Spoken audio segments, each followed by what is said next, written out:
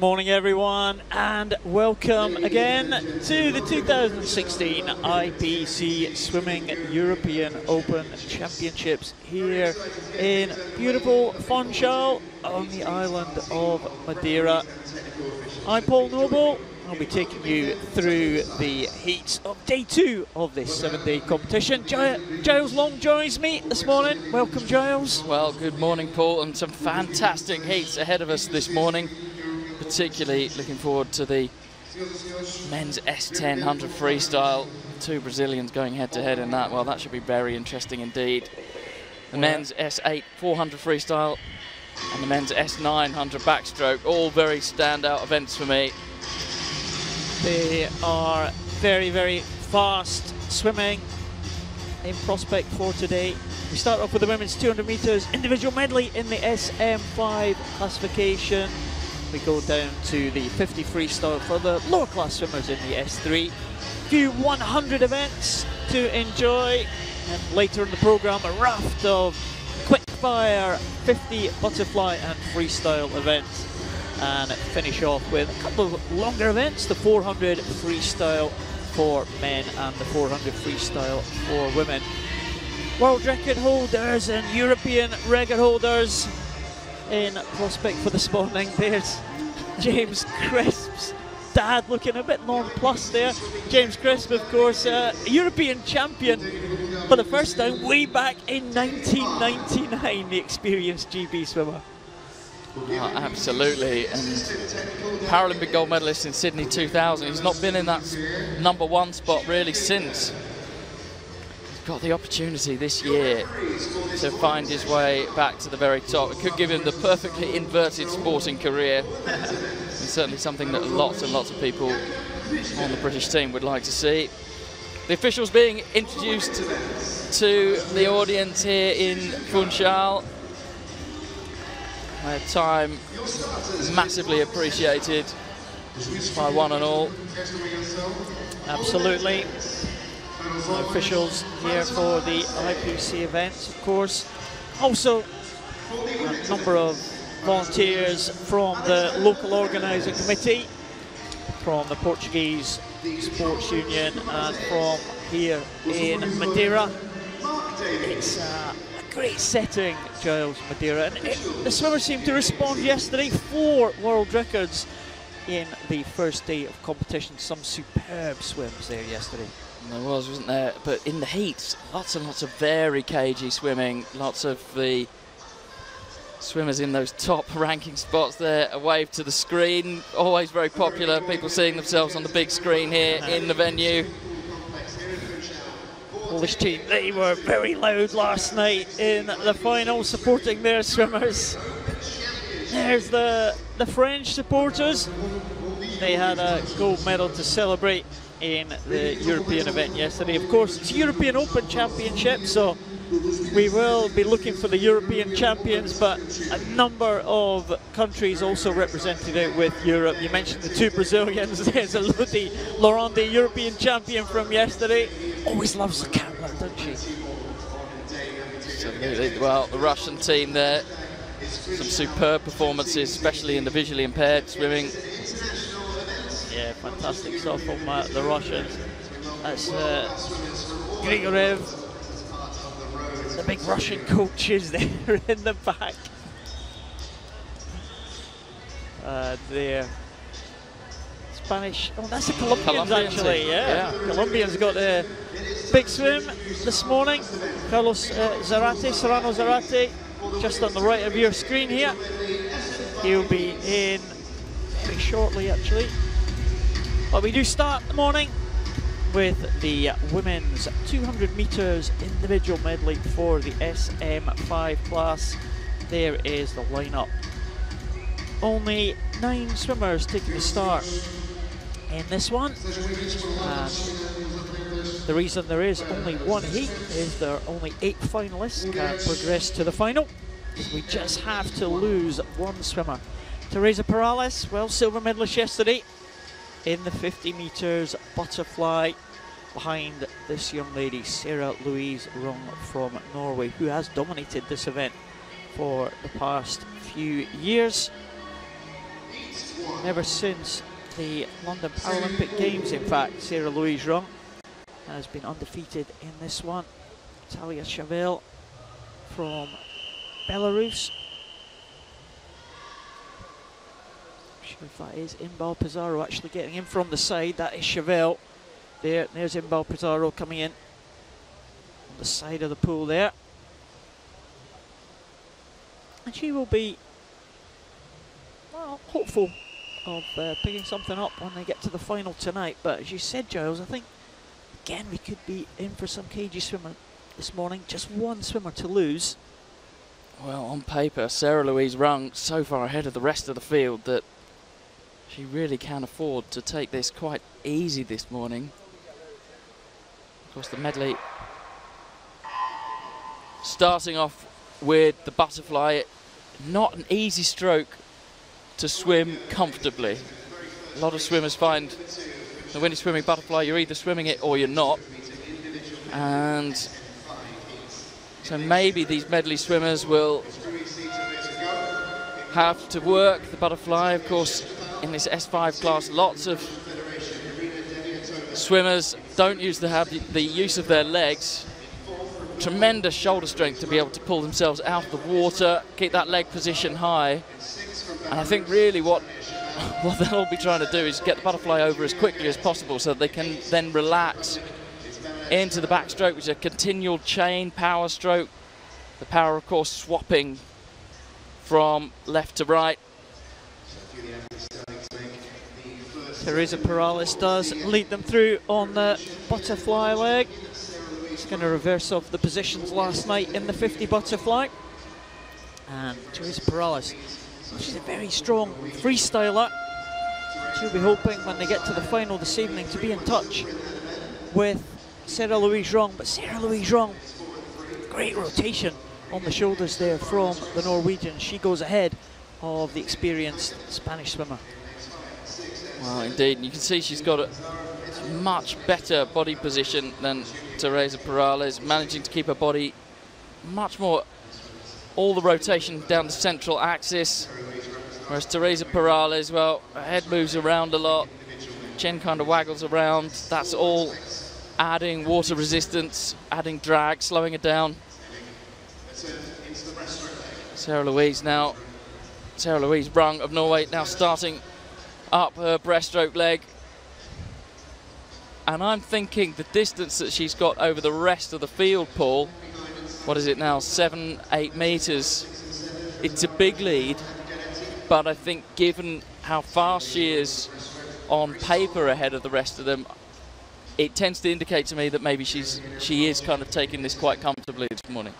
She does look pretty good there. It's a good contest for second at the moment. 3 swimmers all in a line, battling for that second position. Teresa Perales just going behind Imbal Pizarro in lane number 5, and also going well in lane number 7 is Giulia Giretti from Italy. Just at the bottom of your screen there, Giulia Giretti coming into second position. The Italians had a good night last night, a couple of medalists, and their squad is very, very strong indeed. They've certainly built up the strength and depth in their squad over the last few years. But Sarah Louise Rung away and clear, Giretti in second, and Imbal Pizarro in third, and Teresa Perales will be glad to get the breaststroke out of the way and into the freestyle.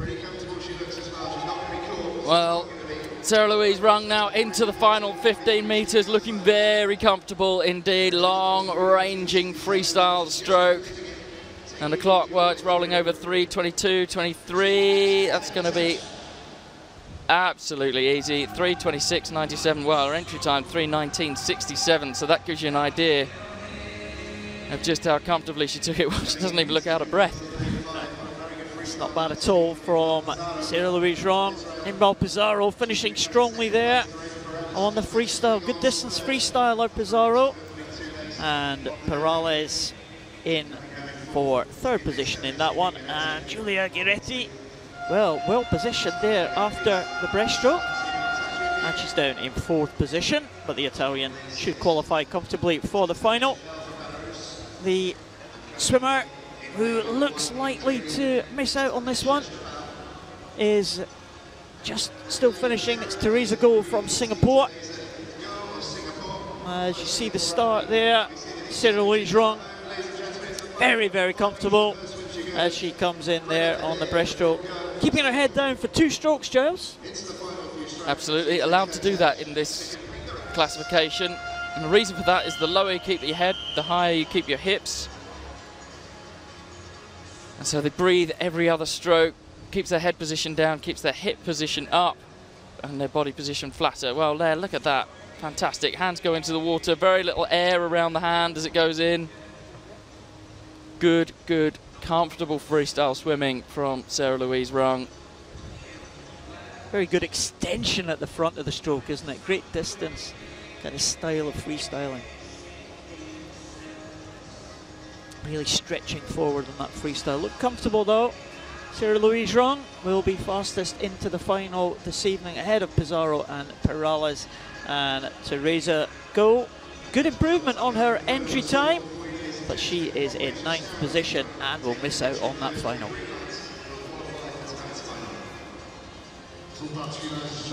So a nice way to start, pretty relaxed, Giles. And the next event that we are looking forward to is the men's individual medley. There's that big kind of canvas at the end of the pool there that we saw, like a hilltop view of Madeira, of Funchal. And it's quite a similar view out of the front of the pool. Not quite the same as that one, it's kind of taken over from a different angle, but it's quite a spectacular city, isn't it? It is very, very rugged landscape. And, well, it's an indoor pool setting, but the weather outside's absolutely gorgeous. It is. It's an interesting pool, actually, isn't it? The construction of it with these kind of big arcing wooden beams. It's a very nice space to be in. Good space to compete in. And it was a good atmosphere last night, despite it being so expansive.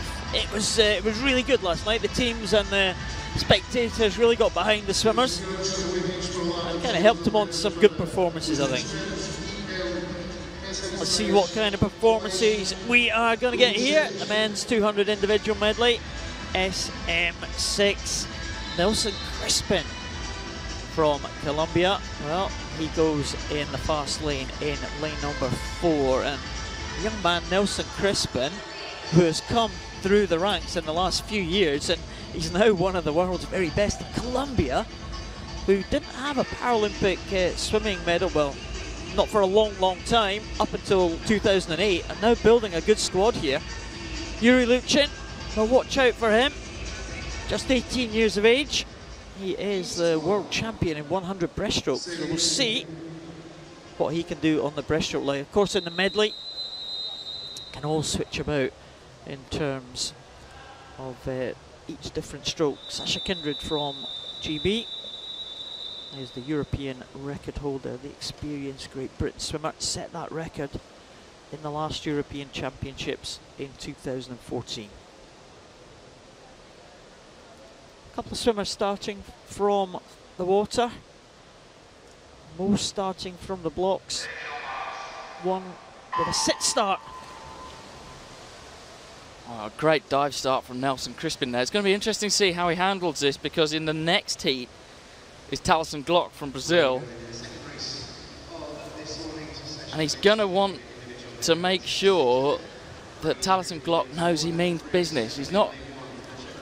So it's going to be interesting to see where, if he takes it comfortably, like we saw that with the women's heat before in the SM5 class, or whether he's going to lay down a marker for Glock and say, right, here we go. Well, he's out in 33.68. I think he means business. That was a good start for Nelson Crispin there. And he's strong at the closing, the second half of the 200 IM. He's got a very strong breaststroke. He's got a very strong freestyle as well. And Thaleson Glock, Nelson Crispin and Sasha Kindred, the European record holder, had a great battle last year at the World Championships. Less than half a second separating the three of them at the end. and only 3 100s between Nelson Crispin and Taliesin Glock last year in Glasgow at the World Champs. So Nelson Crispin, well, he's got his head, it's as if he's looking to see if anyone's beside him on that backstroke. Yeah. Let's see what he makes of the turn. It's pretty good. Could have perhaps had a bit more snap to it, but he is a long way out in front now. Second round the wall. Luchkin of Russia. It does look very good, this, from Nelson Crispin. Lots of teams having made the trip over from South America. Brazil are here, Argentina, and of course Colombia. And they competed in the test event for the Rio Paralympics last week there, so they've got a good competition program at this time of the year, and then they will be building in towards the Paralympic Games, which is almost exactly 4 months' time at the beginning of September. But Nelson Crispin is over in 2:11.01, and he's keeping that momentum going here. Nelson Crispin breathing every stroke, maybe just easing back a little. I expect to see him go a little bit faster when he gets to the final, which undoubtedly he's going to be in. He's into the last 15 now, the red markers. Nelson Crispin looks pretty comfortable. Into the red markers, 5 meters to go. It's going to be 2:53 dead for Nelson Crispin. So outside his best, but a comfortable victory there, and that'll be enough to see him into the final this evening. Well, exactly what we've seen already this morning. Comfortable swimming, 2:53 flat, as Paul just said, for Nelson Crispin. Well, his entry time 2:41.84. So although his butterfly looks like he was taking it out, he obviously swam the butterfly quite hard and then really just settled into the event as he sort of ruefully looks at his cap, wondering what Taliesin Glock, who is swimming in exactly the same lane as him and is already sat behind the block. Well, 2:53, Taliesin Glock will know what his target is, and again, you would think it would be comfortable qualification for Taliesin Glock, but a good start there from Nelson Crispin, going straight ahead on that butterfly, and he gets good extension at the front of that butterfly.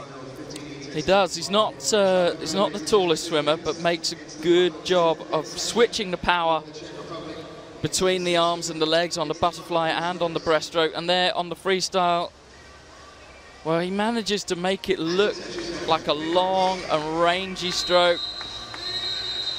Forearms are very short. But, well, by this point he was really just in cruise control. Looks in good shape, Nelson Crispin. 2:53. He swam 2:47 last week, so we know he's got a little bit more to give in the final. Igor Luchin in second, and Marco Ciadolfin from Italy in third position. Those three will be hopeful make it into the final, but they will have to wait on the outcome of this heat. Heat number 2, second and final heat in this one, and we spoke about Taliesin Glock in that centre lane, in lane number 4. Swimmer with a disability down the same side of his body, Taliesin Glock. There's Semenenko, was disqualified yesterday in the 100 backstroke, so he'll be looking to make amends here. Well, Semenenko got the start right this time, still underwater, almost at full 15 with allowance. Taliesin Glock, lovely flow, lovely dolphin action to his butterfly stroke. Now you'd think that he'd do better on the butterfly and the breaststroke, where the power is switching between the arms and the legs, but he's a good all-rounder. He's got a lot of height as well, real height advantage over Nelson Crispin from the previous heat. And he's breathing to his good side there on butterfly. It almost into his good arm. Well, interesting. Advantage of breathing to the side. Keep talking about it. Get to keep your body position flatter. But it does a look at this. This is a great example of really smooth-looking backstroke, but from, you know, someone who's got really kind of, you'd think, imbalanced power distribution within the stroke. Yeah, he's doing a great job there, Taliesin Glock. He's worked hard on that. He's come through the ranks over the last few years. Nelson Crispin was through this stage in 1:20. Taliesin Glock a lot faster, 1:16, but you think Nelson Crispin probably got a stronger second half of the race. He wasn't really going at full speed, Nelson Crispin, but we'll see how Taliesin Glock goes in this one. Semenenko in second position, and in the outside lane, Chernaev from Russia, who had a good swim yesterday too, the young Russian swimmer in lane number 8, but Taliesin Glock looking very, very good.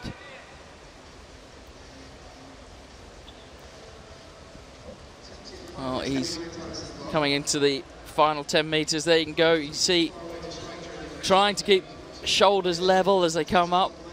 The good shoulder rising up slightly higher as that's delivering the power, if you like, from the vortex part of the breaststroke, pull stroke, onto the freestyle now, onto the home 50, and just going around the wall there. Semenenko, as Paul said, shock disqualification yesterday. We don't know what that was for, Semenenko. He was a defending champion, but he had a disastrous start, didn't he? Slipped on the wall and it all went wrong for Semenenko, and then it got worse when he was disqualified. It was just yeah, it was an absolute mess. But, well, Taliesin Glock really taken foot off the gas now. He knows he's more than done enough to get into the final, and he's going to go through fastest by the looks of things. Oh, yeah, just about 2:52.72, just 28 100ths in front of Nelson Crispin. Semenenko there, trademark head finish. Polinsky did well, coming up strongly to claim third position ahead of Chernaev. But again, another good finaling prospect. Taliesin Glock, again, pretty much like Crispin, not really breathing very hard at all. Semenenko, it's a little bit harder work for him. Taliesin Glock does look pretty good. I think it's going to be an interesting final this evening. I think we could see two very fast times from these two guys. Well, absolutely. These swimmers really kind of setting out their manifesto, if you like, for Paralympic year, laying down. This will be probably the last time a lot of them see each other before the Paralympic Games, and really wanting to send out a message just saying, you want to be going home and having a really serious think about what I've just done. Well, there we go. On to the final freestyle leg. And there you can see just by this point in the race, he was just lolloping down the lane. Taking technical turn. Yeah, taking it very easy indeed. Well, Nelson Crispin went out a little bit slower than Taliesin Glock. Taliesin Glock came back a little bit slower than Nelson Crispin. They have times very close to each other in terms of qualification. In that heat, Glock, Semenenko and Belinsky were the top three. In terms of qualifiers, it will be Glock ahead of Nelson Crispin as we move on to the next set of heats, and that is the women's 200 metres individual medley. In fact, just one heat in this one. Remember to send in your tweets to Giles and myself, hashtag Funchal 2016, or at IPC Swimming.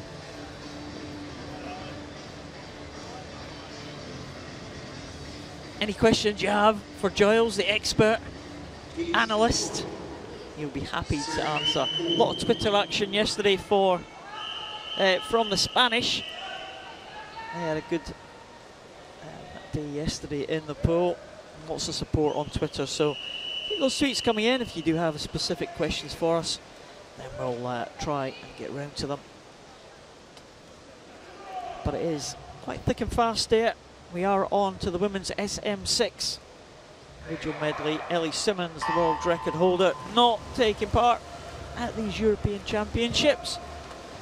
We do have the world silver medalist Jelizaveta Mereshko in lane number 4. Interesting to watch her. We've got Anastasia Diadorova, the backstroke champion from yesterday, and also the backstroke champion in the S7 class, Verena Schott from Germany.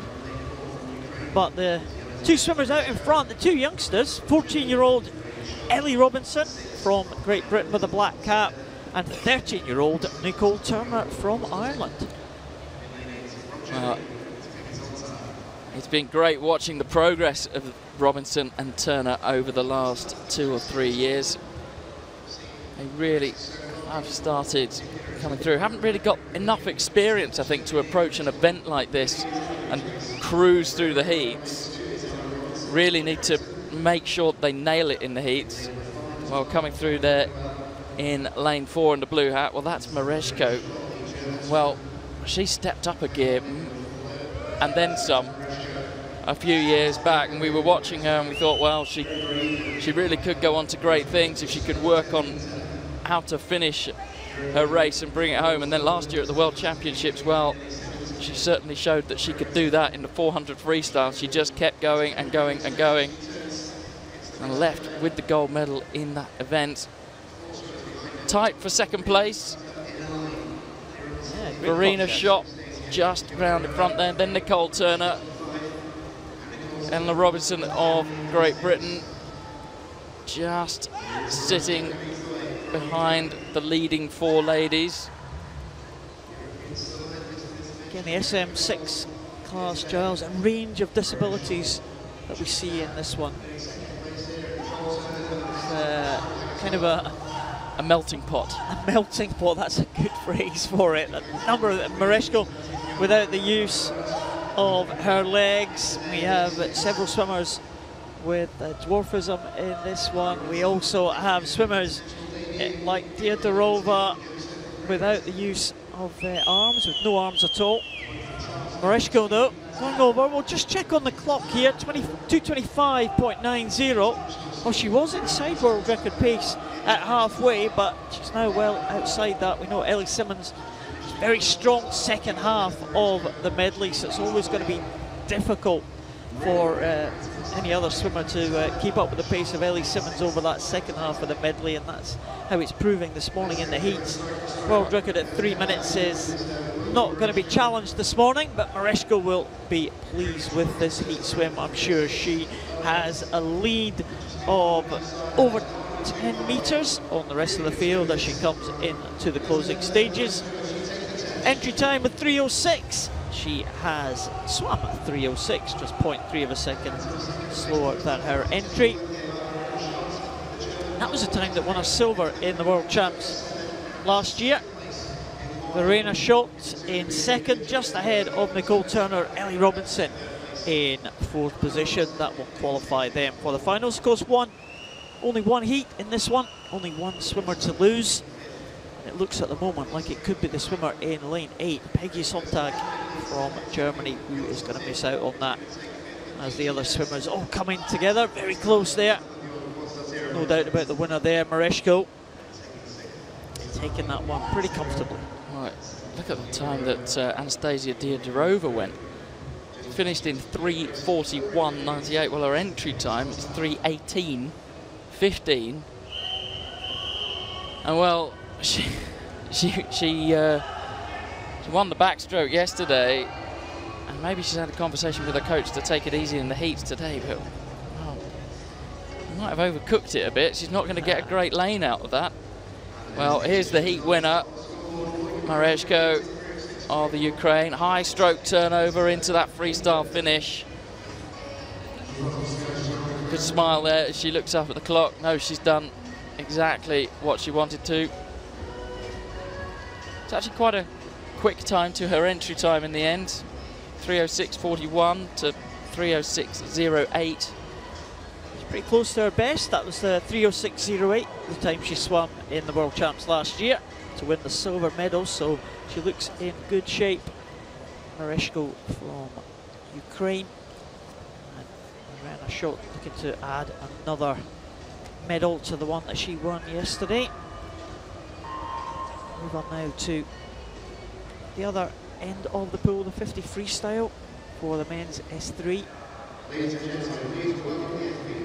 We saw a great 50 backstroke yesterday from these S3 guys, and Vincenzo Boni from Italy winning that one with that real high turnover. Be interesting to see what he does in this freestyle event. He looked very comfortable on the backstroke. He was able to get his arms over quick. Yeah, a lot of in these lower class rates. Well, there's the lineup for you. Interesting 4 and 5, Dmitry Vinohradets of the Ukraine and Vincenzo Boni of Italy. By far the fastest two entrants. Kostakis in lane 3, next closest. Well, there's Vinohradets. Swimmers in this class, quite severe impairments. Be quite interesting to see whether they go just swim it all on their back the way they did in the backstroke. Often works out the best for them, but we'll see a varying number of styles. Be interested to see different styles at the start. Yeah, just keep an eye on Vincenzo Boni. His time that he went yesterday for the backstroke, very similar to his entry time here on the freestyle. Let's see what Vinohradets can do. He was disqualified as well yesterday. Vinohradets in the final. So a number of disqualifications. We're not we don't really get told what the reason for that was. There is Vinohradets again, the style at the start. Number of swimmers getting held by their feet. Fredriksson from Sweden starting from the block. Martinez Tuelo holding on to the block there. Fredriksson away quickly. Still under the water, Fredriksson making the most of that underwater. He's up into his stroke now. Well, interestingly, we spoke about some on the front, some on the back. Well, Vinohradets swimming a sort of more of a classic, well, yeah, classic freestyle. No real rules in freestyle. It's just that most people do this front crawl style because that tends to be the fastest, but not always necessarily the case. Going well over in lane number 6, Makarov of Russia. And he just out-touches Vincenzo Boni of Italy. Well, 45.97 from Vinohradets. It's actually not that far off his entry time. Hasn't... Yeah, Vinohradets there. He's got a great record in this particular event. He's dominated this one. He won the Paralympic title back in Beijing in 2008. And since then, he really hasn't been challenged in this event. He's won everything there has been to win. And he's gone there 45.97. But interesting that that's not as fast as Vincenzo Boni went in the backstroke there. Vincenzo Boni just at the left hand of your picture there with the black cap. So expect him to go a little bit faster tonight, I think. Vinohradets is going to have to go faster as well to try and claim that gold medal, keep that impressive run going. But he's been a big medal winner for Ukraine over the past few years. Yeah, Iceman, isn't he? Ice cool. He is. Yeah, it doesn't give much away at all. Vinohradets, Ukraine, and Russia, the top two countries after day one of competition here in Funchal. Russia with a very impressive European medal standing, with 7 gold medals in the European medal table. Ukraine 4 gold medals, same as Great Britain, and Italy with 2, and one of those 2 was for Vincenzo Boni, who finishes 3rd in that heat there behind Makarov and Vino Radets. Gergo Bognar will be the swimmer to miss out on that final place. The top 8 will go through to the finals. We'll move again to the other side of the pool. As you see some of the previous swimmers from this morning. Sarah Louise Rung, again with that side breathing technique. Big smiles there from these 2 at the end. Well, Nelson Crispin there, Colombia. Beautiful butterfly stroke. Victor Kemeny with that crouching start, getting all the power of those big muscles in his legs. Semenenko having to swim on his front, normally favours swimming on his back, but the medley dictates that all 4 strokes must be different. Well, there was Taliesin Glock. Yeah, to go on to, well, the one you're looking forward to, Jones. Absolutely, well. Fast guys. Fast guys indeed. Well, this one, 2 quickest men in this event, both Brazilians. Felipe Rodrigues, well, a certain Miss Liz Johnson will be taking a big interest in that, because Felipe Rodrigues, other half, so we're impartial, of course, but wishing everyone all the best of luck. Oh, there he is. He looks mean, doesn't he? He looks in great shape. He was close to the commentary position this morning, and he said he was going to try and ensure his qualification. And there's the local man, Manuel Gonçalves, man from Madeira, gave the athlete's oath at the opening ceremony the other day. Dmitry Grigorev goes in the 2nd heat. He's a European record holder. Oh, good reaction there from Felipe Rodrigues with the yellow cap. Look at this power there in the early stages. Wow, impressive stuff from the Brazilian. Absolutely, no slouching about. Trademark windmill style that he got. That left arm comes over very, very straight indeed. He's coming now into the final 5 meters, head down. Great snap to the turn. Wow, he's absolutely destroying the rest of this field. Needs to send a message to his teammate and rival Andre Brazil, who's in the next heat. Well, he looks like he's taking his foot slightly off the gas now. I think he is. The other 3 are coming back on him. David Levesque, former European champion himself. Bartosinski, Vanzenko, they're all coming back from Felipe Rodrigues. He's going to do just enough to win this one in a time of 55.38. He will be pleased with that one. He said that he was going to try and go 55.56 this morning. He's done just that. He knew what he was doing. Felipe Rodrigues capable of going a lot faster, of course, and I expect to see that tonight, but it was 55 really at a canter there. Yeah, it certainly was.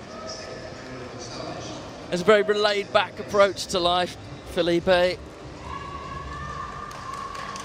but not when it comes to the start. And there you can see that straight arm, straight left arm comes right in. Still manages to enter the wall cleanly. You just about see the turn there. Well, and you can see just how much he'd let the rest of the field catch him up. It was close for 2nd position. It was close for 1st in the end. Bartosinski actually getting 2nd, 55.84. 13 100s ahead of Vanzenko. He was only 12 100s ahead of David Levesque. So David Levesque, we're watching this one a little bit nervously. This 2nd heat, he's in 4th position at the moment. second and final heat, so he is hoping that 5 swimmers do not go under his time of 56.09, and that is possible actually, because there are some fast entry times here. Denis Dubrov, champion from yesterday in the 400, but of course Andre Brazil undefeated in this event on the world stage since he burst onto that stage in 2006. A man with a fantastic record, Andre Brazil. He has. Well, he didn't have the same explosivity that we saw from Rodriguez in the previous heat. Brazil, in fact, he's actually let himself drop down the field a little bit here, and it's actually being led out by lane number 3, Grigorev of Russia, who will be first round the wall in 25.84. Andre Brazil pretty slow at 27.23, went round 4th. He likes to play a bit of a game, doesn't he, with the heats? I just wonder if he wants to be away from his teammate Rodriguez. I just wonder if he might want to be in one of the outside lanes. We'll see what he does. He can't mess about too much here, and he's coming through strongly here. He may even take second place in this one. It's very, very close there. Grigorev, the European record holder, takes that one, 56.39. Dubrov it was in second, but only 1/100th ahead of Andre Brazil there.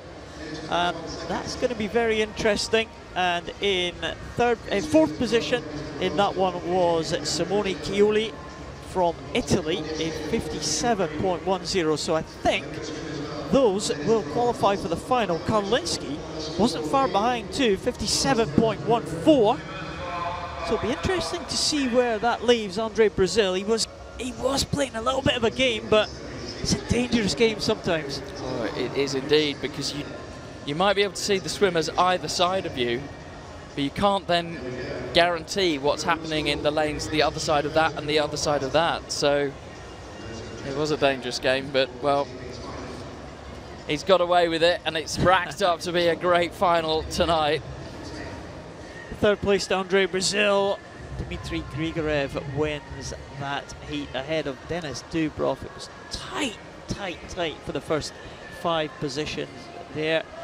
Very, very close, just less than a second separating those top 5 swimmers.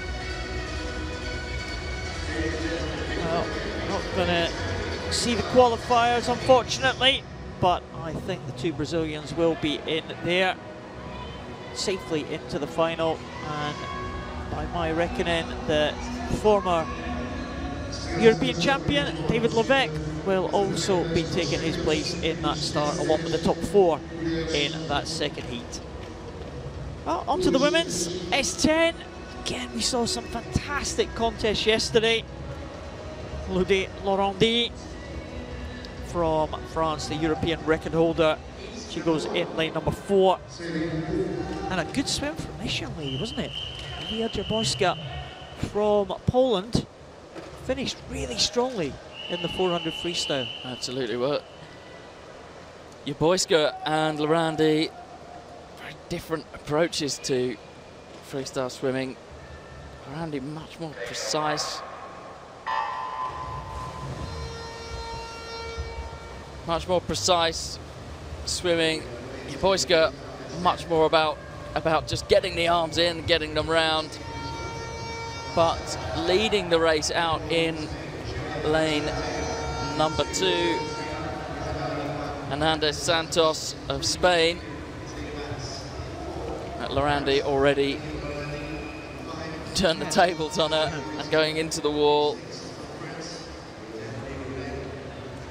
Yeah, good swim there. 30.09 for Laurandi. And she looks comfortable there. Jaborska really not getting out of the blocks very fast at all. Well, we saw that yesterday in the 400 freestyle. She wasn't quick out, but she built and built and built. And she's hanging on to Laurandi there, but it's just a bit, it's too much to do. It's going to be Laurandi first, and she touches in a time 102.6. Very comfortable for her. Jaborska 104.28. In second, Hernandez of Spain 105.01. to take the third spot. Well, there's Lorandi. She looks a bit out of puff, but no real great shakes. Yeah, it was a decent swim there from Lorandi. She certainly dominated that one. And Boyska was never really in the picture. We thought she might challenge, but she looked like she worked fairly hard there. Didn't get out at all in terms of speed on the first 50. Was always playing catch-up with Boyska, and had to work hard to get back on terms with Hernandez Santos at the top of the screen there. But Lorandi, well, she's gone a couple of seconds faster than the time she posted then. She will be hoping to go a little bit faster when she gets into the final this evening. Boyska did come through for second position, and that's a good result for Hernandez Santos ahead of Lena Vats in third and fourth there. And that may be enough to put them into the final. But in this next heat, the world record holder goes Canadian Aurélie Rivard, silver medalist last year to Sophie Pascoe at the World Championships, but at the Pan Am Games she managed to claim the world record in a time of 59.17. She won the 400 yesterday in a pretty decent time, so we'll see what the world record holder can go here. Rivard in the centre there in lane 4, just being headed by Ryabova, the Russian, at the moment. Well, we saw this yesterday. Aurélie Rivard's turns are just a cut above everyone else's.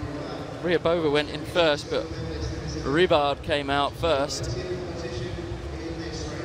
And she looks very comfortable. She's right over on the lane rope. It would be better if she was going down the centre of the lane.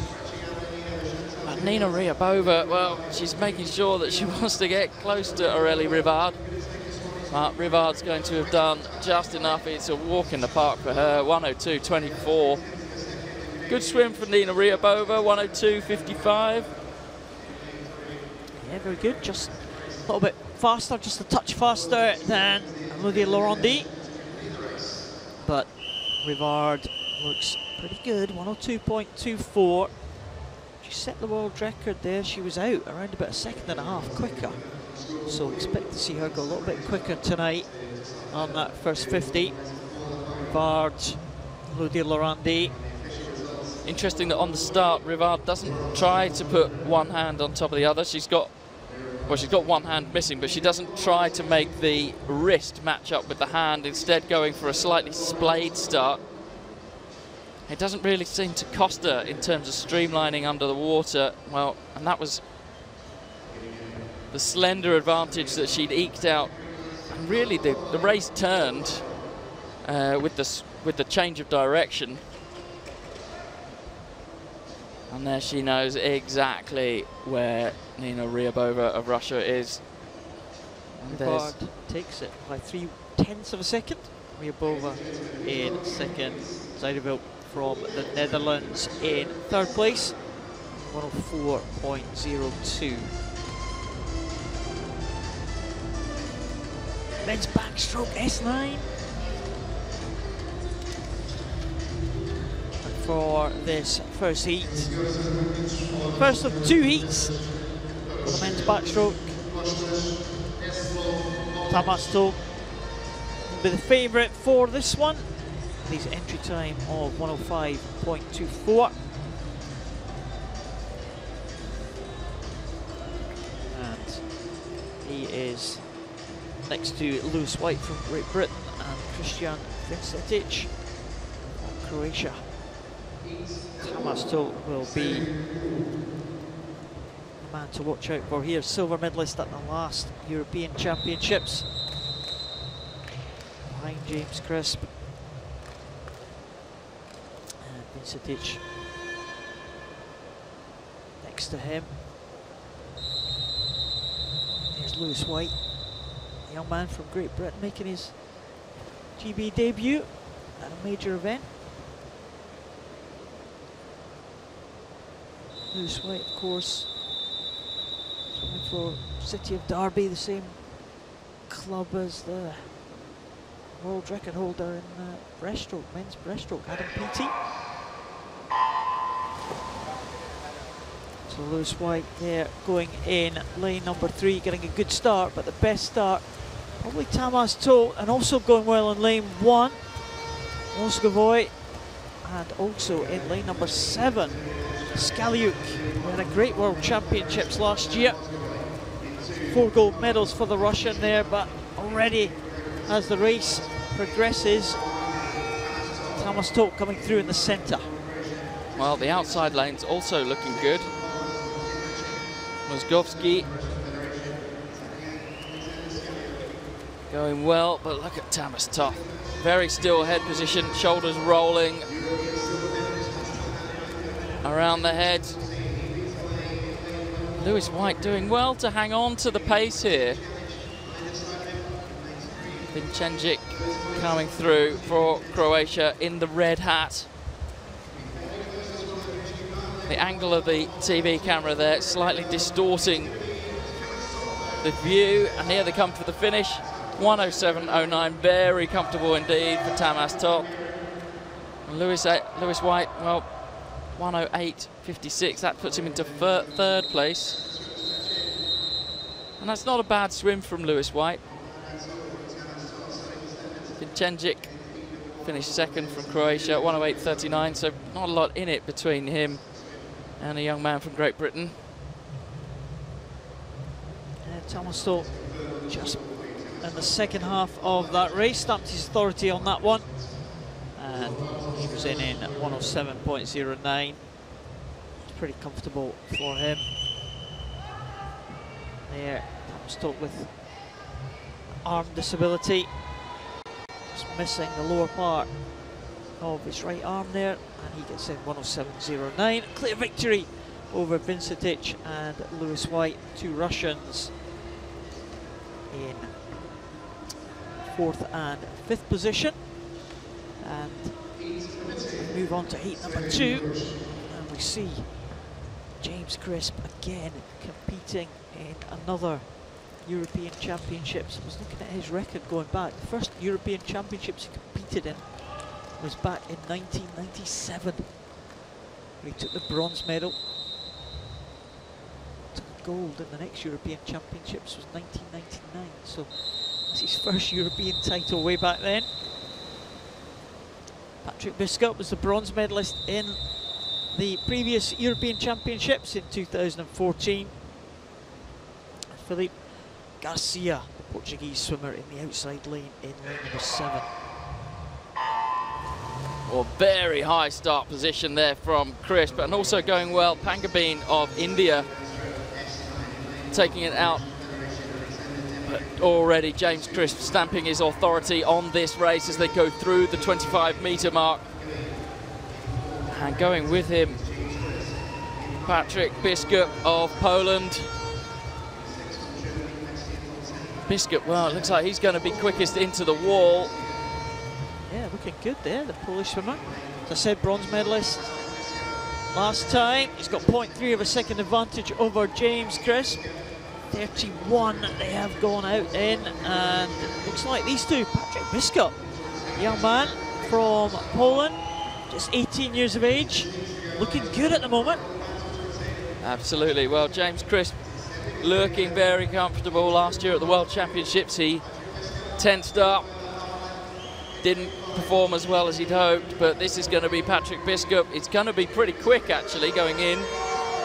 1:05.53.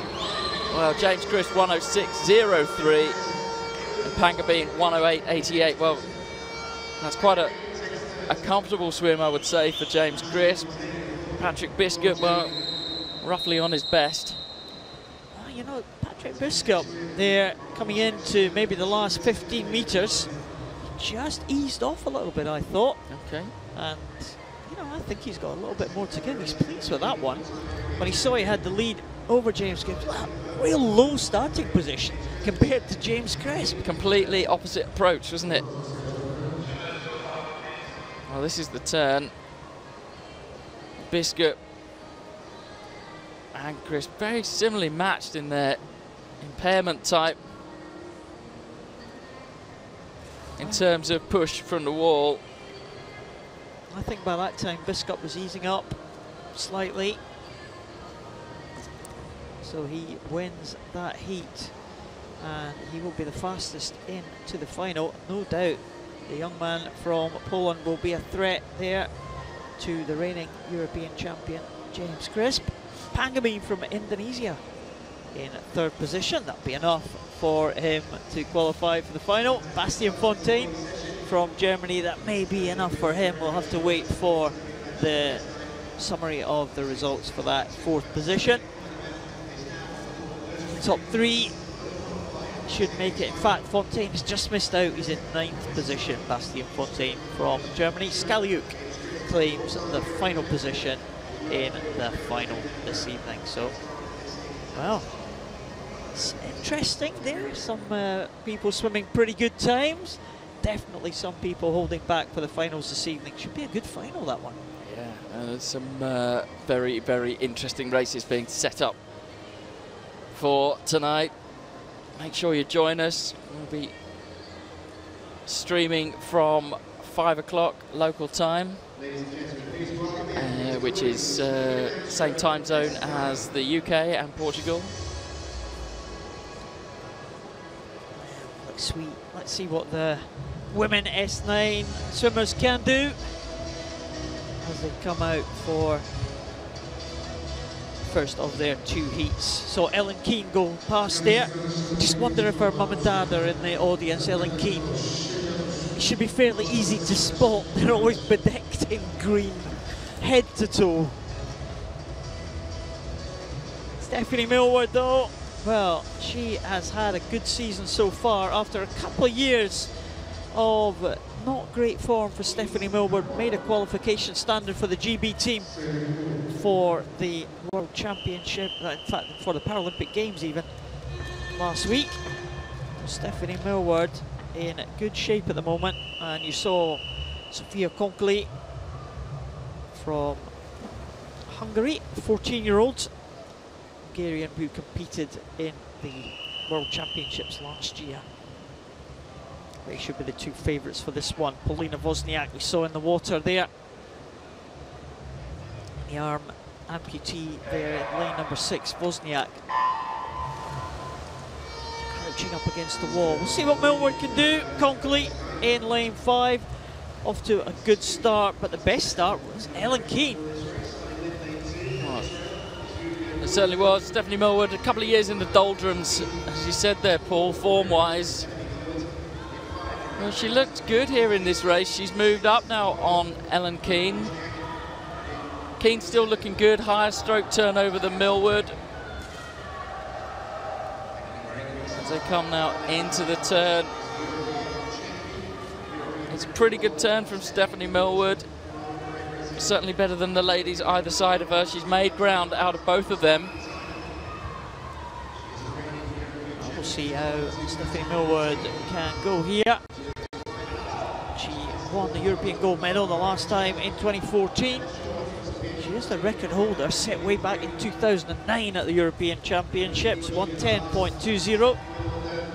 And Stephanie Millward looks pretty comfortable in this one. Ellen Keane going really well, and she is going to get second position. Ellen Keane in lane number 3. She's going to take this one, 1:13.96. Ellen Keane is a couple seconds behind, and Sophia Konkley in third position, 1:17.79. Pretty comfortable qualification for these three. Stephanie Millward blowing a kiss to the crowd.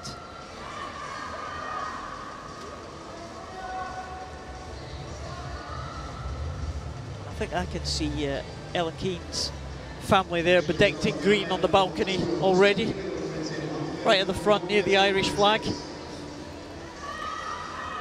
Well, as Steph Millward, she looked like she kind of throttled back a bit as the race went on.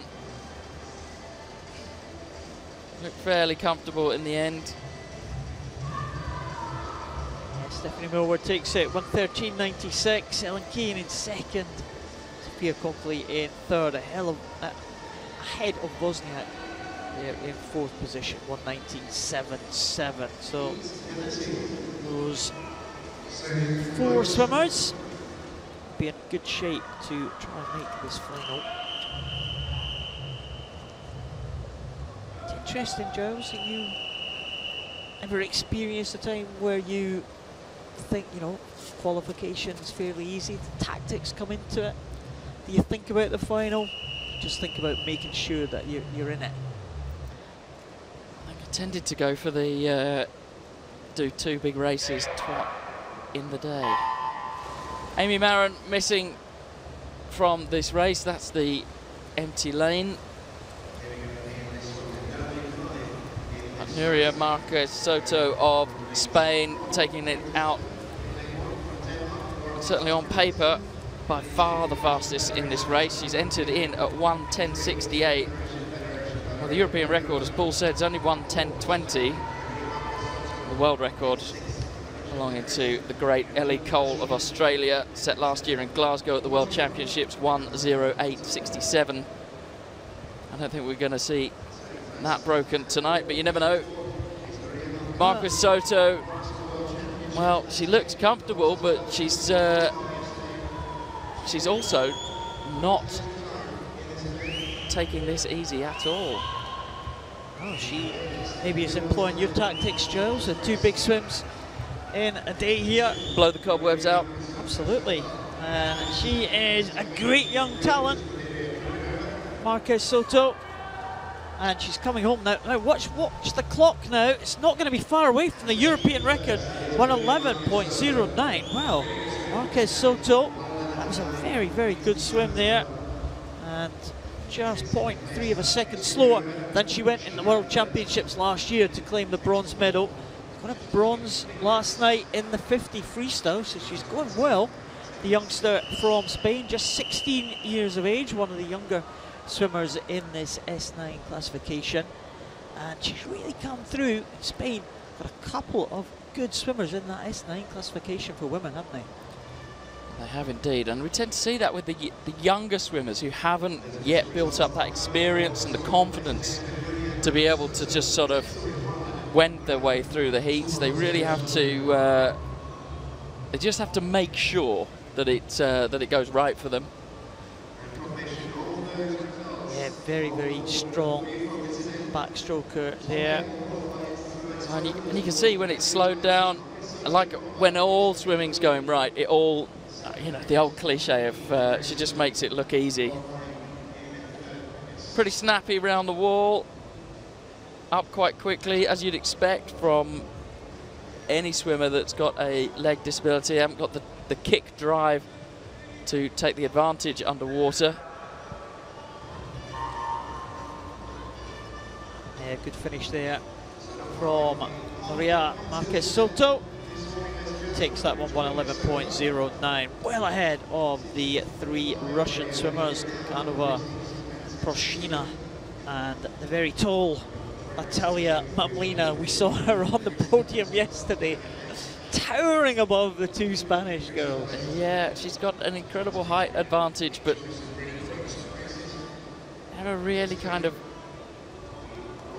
seems to manage to make it capitalise. Well, that was Felipe Rodriguez. There's Andre Brazil from the S10 100 freestyle.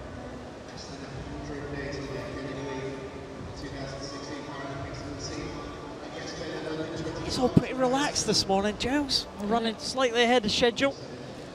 We've the next event is due on in about 30 seconds time, so they're just waiting for the appointed start time until they come out.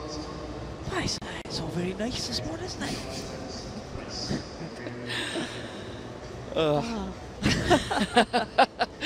It is indeed, it is indeed. But we have got some quick swimming for you coming up in the next event. We're used to these quick fire heats after heat after heat, final after final after final. Yeah. But next up, well, the men's 50 freestyle S12 visually impaired class. And well, it really is just a case of just going absolutely all guns blazing from when you hear the gun. And then these guys can only see about a metre in front of them in this next event coming up, which means at the speed they're travelling, roughly 2 meters a second. It means they see the wall half a second before they hit it. Very, very difficult to make sure they get the finish right. And in a race which is often defined by who manages to end at the absolute full stroke extension, it really can be the difference between winning a gold medal and winning no medal. Well, here they come onto the far end of the pool. 50 meters, of course, starting from the opposite end to the other races. Rahman Salai in the centre lane there. He was a silver medalist last year at the World Championships. Saw medalist yesterday. The younger of the Salai brothers. Salai 24.29 is his entry time. So as you can see by these entry times, it is going to be quick racing. As Yarmenko from Ukraine, the world record held by the man who goes in the second heat, Maxim Varaksa. It's Izutau.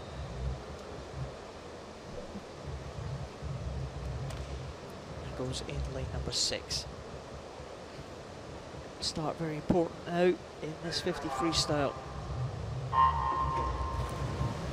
Well, lots and lots of air from lane 4 there. Rahman Salai, the Azerbaijani swimmer, but also going very, very quickly.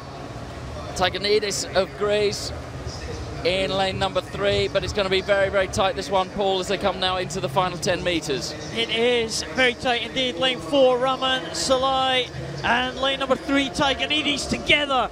And it is Rahman Salai gets it by 0.2 of a second.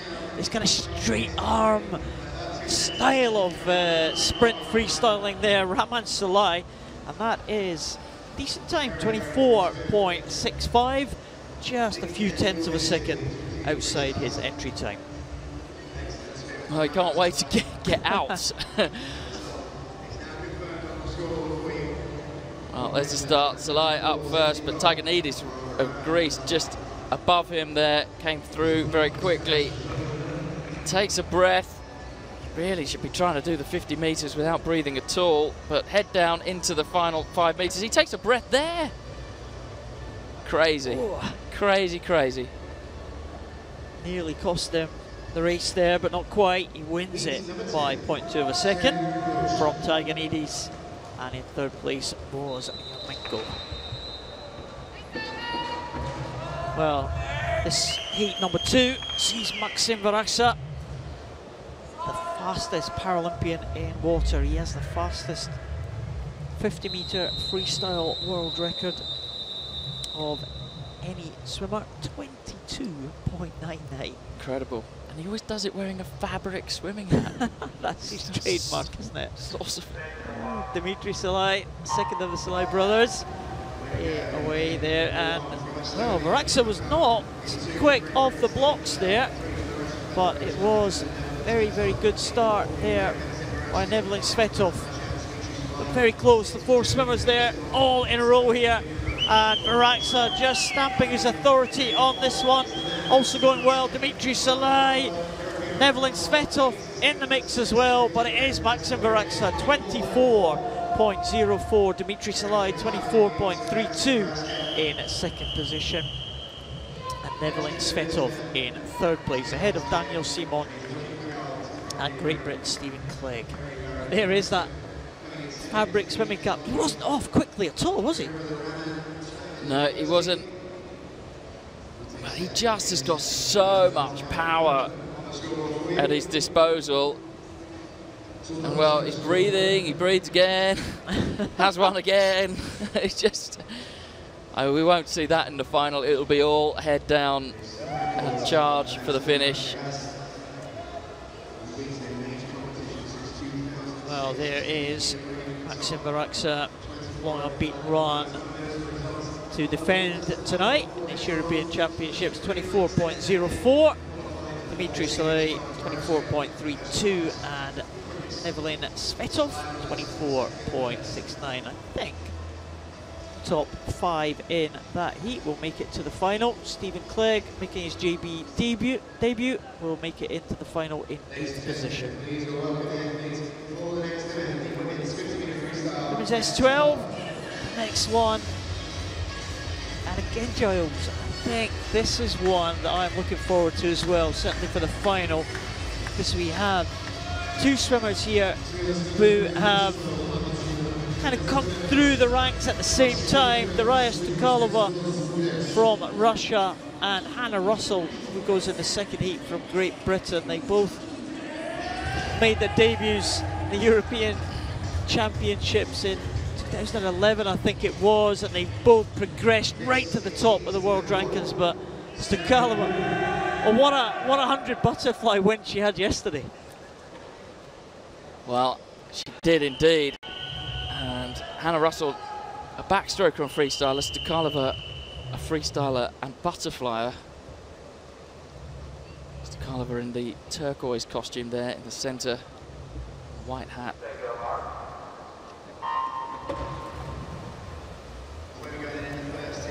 Well, good start from Stukalova, up quickly. Always used to have quite a scrappy stroke and it very much neatened out. And look at this, well, it's just a class act. Very, very good indeed. We'll keep an eye on the clock here. This is going to be very, very swift indeed. 26.90 is the world record. 27.29 for Stukalova. Well, that is a message for Hannah Russell, who goes in the next heat. Absolutely no messing around. Absolutely no messing around. Delgado Natal, second, 29.83. A massive distance behind, over a 50. Wow. Up into her stroke fairly quickly there, Stukalova, and as you said, Giles, really well balanced freestyle stroke there. Coming into the end again, a couple of breaths maybe cut that out in the final, and coming in just stretching for the wall at the end there, but a good time, her season's best for Darya Stukalova, 27.29, massive victory ahead of Delgado Nadal and Stobrovska. Again, she didn't need to go that fast, but putting down a marker for the next heat. Send it well, very much sending a message to rival Hannah Russell from Great Britain, who will also be going in lane number 4. And we always used to say Stukalova had the strength but not the technique. Hannah Russell had the technique but not the strength. Well, Hannah Russell's got stronger and Darya Stukalova's got better technique now, and they just seem to be much, much more evenly matched. It's going to be interesting to see what Hannah Russell can turn out here. Well, time 27.22. That's just 7/100ths ahead of Stukalova. She went in that previous heat. Is Schnittger of Germany. Hannah Russell, well, she may have her eyes set on a world record performance, and she is away well, Hannah Russell, straight up into her stroke here. She went 27.01 at the GB trials last week, and she looks like she's going for this one. Hannah Russell now, much in the same way as Stukalova did, and she's coming home now, again, taking a couple of breaths there, Hannah Russell. Keep an eye on the clock, it's going to be just about the same as Stukalova, just slightly slower, but they will be side by side in the final this evening. Well, they will. It was those 2 breaths that really cost Hannah Russell the top spot for the final tonight. She breathed around about 15 metres out, and then again at about 7 metres out. Here's the start. Hannah Russell tends to dive straight into the water. There's no attempt really to get any lift, but she's up very, very quickly and into her stroke. Manages to finish on the full extension. She won't have seen that wall until just before she saw it. Describes her vision as really seeing the world just as a massive blur. 27.43 is the fastest time. That was Hannah Russell. Naomi Maika Schnittger from Germany in second position. And there are the qualifiers for the final. Well, you just would not pick anyone Apart from those top two, Stukalova and Hannah Russell, that is going to be a fantastic race, just as we saw at the World Championships last year. Well, it's the fast 50 freestyles. Go on to the next event, which is the 50 butterfly for men's S7 classification. Again, S7. Kind of in the mid-range of classification, S1 to 10 for physical impairments. Just kind of in the middle band. Maybe one or two limbs affected, probably two limbs. A melting pot classification. It's another melting pot. There's a lot of them. Oh, it's really only the S6 and S7s, I think, where you can expect to see lots of very, very different looking impairment types and disabilities. They affect the swimmers in different ways, but as the races unfold, the advantages and disadvantages equal themselves out. Wow, look at this man.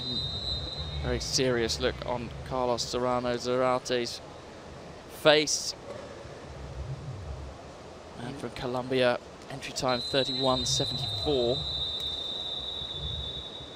He was a newcomer last year at the World Championships, burst onto the scene in the 100 breaststroke. He also set a new world record in the 100 breaststroke last week at the trials in Rio, the Rio test event. So man, very much on form, so keep an eye on his entry time, 31.74. Not be surprised if he goes a little bit faster than that. And he's away quickly. Serrano Zarate, 17-year-old, next to another 17-year-old, Igor Efrosini. Efrosini is reeling in Serrano Zarate and looks like he's going to take this heat from the Colombian. It's going to be close on the touch, but he's got the advantage on the reach and he gets it. Efrosini 31.87 in first, Serrano Zarate 32.3. And in fourth place was Valerio Taras of Italy, some way behind in 35.59. In this next heat, the great Evgeny Bohodayko of Ukraine. Well, we seem to have been talking about him for ever and a day. We have, yeah. Still looks very youthful, Evgeny Bohodayko. He's 22 years of age now, but again was competing as a 15, 16-year-old. It's a good finish there from the Russian swimmer, Efrosinin. Another one of the crop of young Russian swimmers we've seen. I had the advantage on the reach, didn't he? And Serrano Zarate, well, he kind of finished on a full stroke and then was forced to glide a little bit. Really want to try and avoid that in butterfly if you can. Second heat, 3 Ukrainians in this one in 4, 5 and 6. Support for the German swimmer there, Tobias Pollak, but there is Bohodayko. He's getting his swimming cap into place, doesn't go for the cloth cap as his teammate Varaksa. Looks like it was Kozlenko. Bohodayko and Kozlenko, European gold and silver medalists last time in 2014. We're hoping to repeat that feat here. Bohodayko in that blue cap. Blue cap or a black cap, a dark cap anyway, in the centre. Pretty well. Well, best start as predicted from Evgeny Bohodayko, leading already by a body length over Tobias Pollak in lane 3, the German, and Kozlenko, fellow Ukrainian teammate. Well, he looks like he's already easing up now as they come into the end of the race. Well, big glide from Berdeko, 31.15, absolutely easy as pie. Kozlenko, 32.75. Quite a good swim from Kozlenko, who's roughly on his best. Berdeko Kavnitsaya in third position. So it's 1, 2, 3 for Ukraine. Well, there just at the start, you could see the uneven nature of the power that Berdeko's got as he body skewed on the blocks as he tried to launch himself into the dive. But when he's actually up and running, his butterfly is so even. And there, big glide for the finish. Yeah, we're hoping to hit that right this evening when he progresses to the final. The 3 Ukrainians will all be in the final. And there's the result of heat number 2. 1, 2, 3 for Ukraine. Tobias Pollak from Germany in 4th position. And the Hungarian Zeni in 5th position. And there are the qualifiers for the final, and those top 5 do make it. 3 Ukrainians and 2 Russians in the final. The Colombian, German and Hungarian swimmers completing that 8. They'll go on to the women's 50 butterfly. And nice Mina Clausen smiling away, leading them out. 10 swimmers in this one. They have to drop 2 to make that final of 8 swimmers, and should be a pretty good contest here. Susie Rogers in the centre lane will be the favourite for this one. There's Denise Graal, though she's in good form. Silver in the 100 back yesterday. A bronze medal in this event at the last European Championships. Susie Rogers, defending champion, twice over actually. She won the title in 2011 and 2014. She is the European record holder. And Rolo Marcial from Spain goes in lane 5. There's the record set by Susie Rogers back in 2012 at the trials event for qualification for the London 2012 Paralympics. Let's see how close she can get to that one. Well, Rogers quite slow in moving off the blocks as expected, but once she's up on the surface, really starting to take command of this race. And Rolo Marcial of Spain, very different butterfly stroke, nearest to camera, the black hat of Spain. Susie Rogers, long ranging butterfly, single arm, single leg, working well together. And it's a good time from Susie Rogers, 37 flat. Oh. Very good indeed. She was pressed there in the early stages, but just managed to forge ahead in the closing stages. Rolo Marcial getting in now, 39.10 for second position. Denise Graal in third. And Meri Mäkinen from Finland in fourth position. So they will qualify comfortably for the final. Susie Rogers, thumbs up for Susie. Next to her Spanish competitor. Just kind of been steadied on the block there. Again, that's something that these kind of assistance at the start has to be something that's approved by the referee, and again, they cannot add propulsion. Very much have to act purely for stability. Here's the finish. Looks round at the clock. Well, there we see the results of that. Judith Rolo Marcial, 39.10. Second, Denise Graal. Well, Susie Rogers a long way in front of the next fastest qualifier. Slightly different this event when it's at a truly global level, but certainly at a European level, Susie Rogers very much out in front. Yeah, she is. very dominant, looking for her third European title in this event. Again, in terms of the world stage, the Canadians, the Americans, the New Zealanders, they're all very, very, very strong. Susie Rogers, though,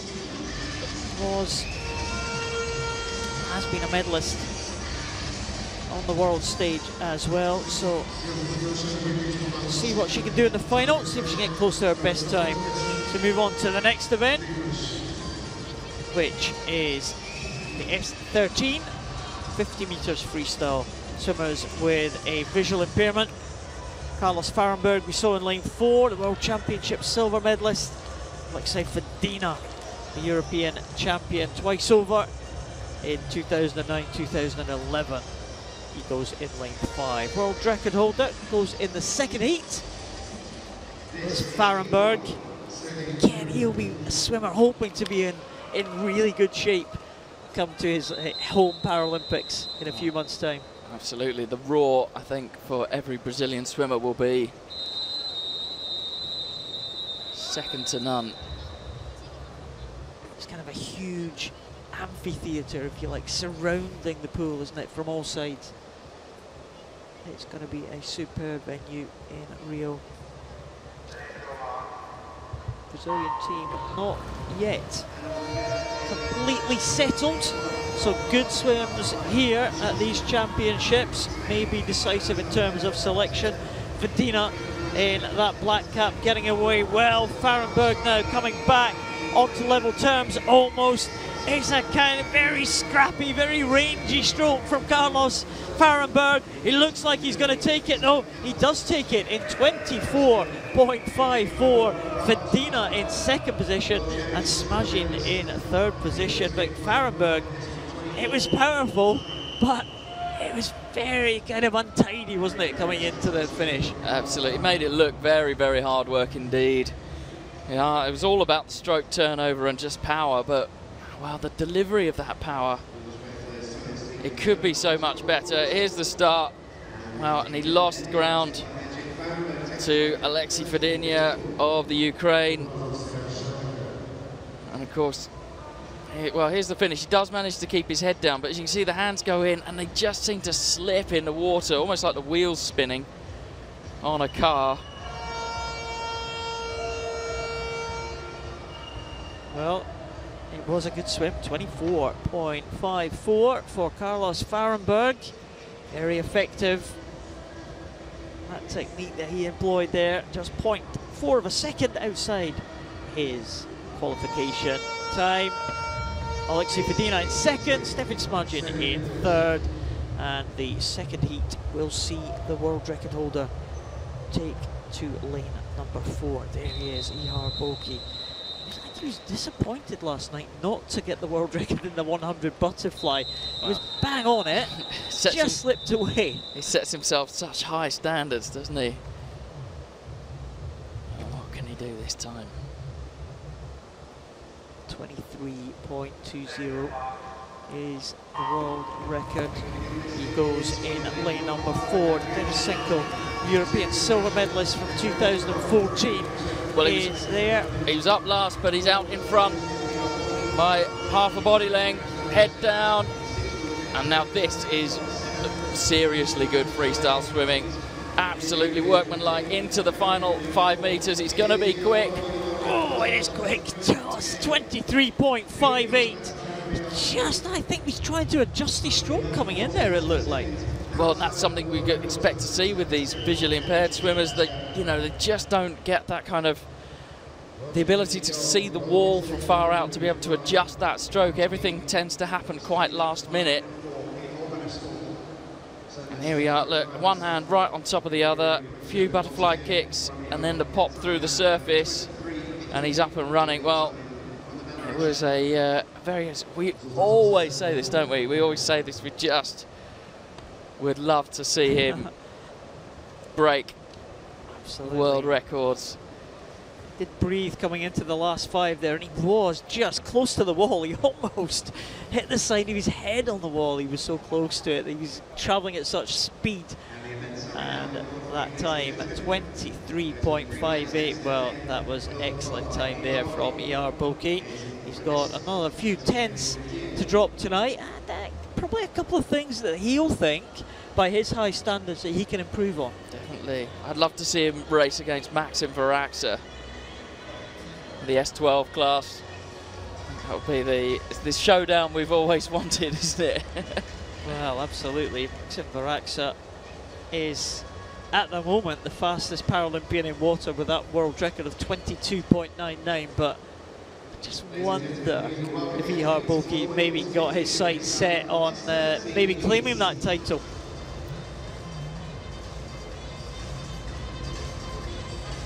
Well, it is the women's equivalent now.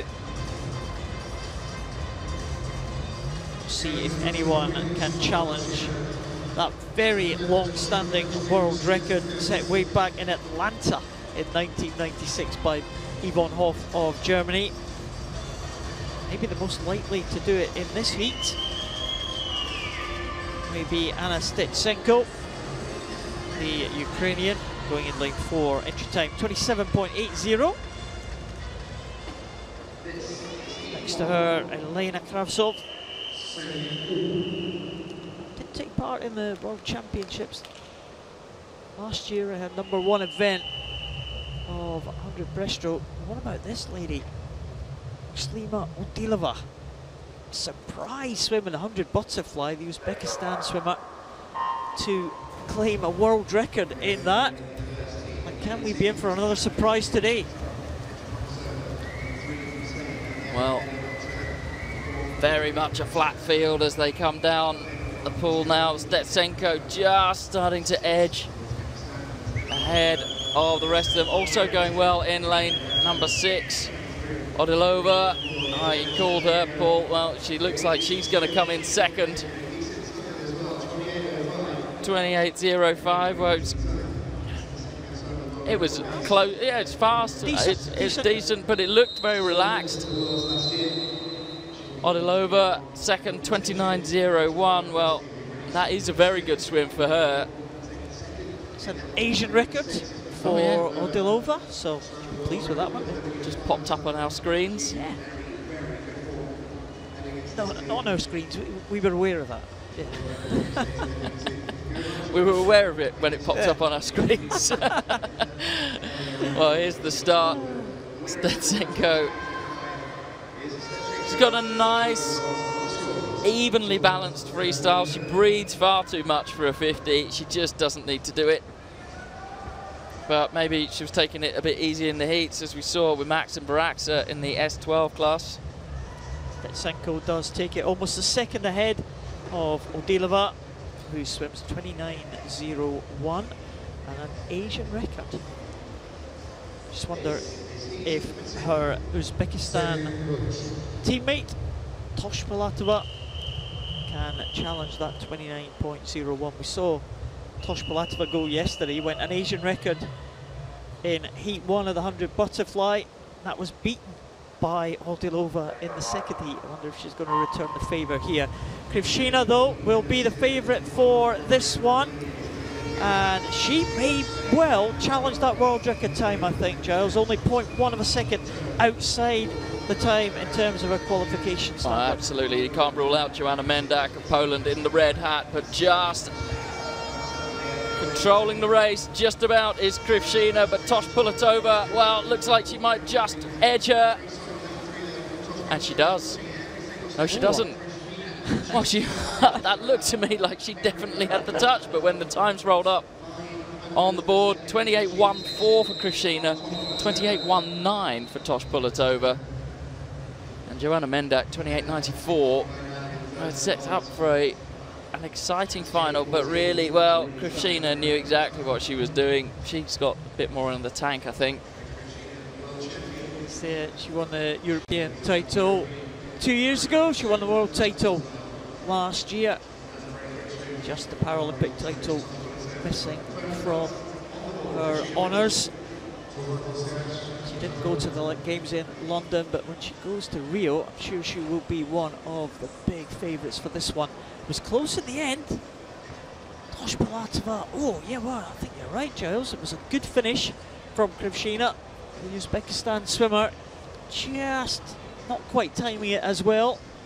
28.14, 5/100ths is the difference. Tosh Pilatova, an Asian record. Well, she has returned the favour from Odilova from that previous heat. So Tosh Pilatova, another Asian record going into the final. Stetsenko is ahead of Krivshina at the moment, and Tosh Pilatova in third position. It could be pretty close tonight.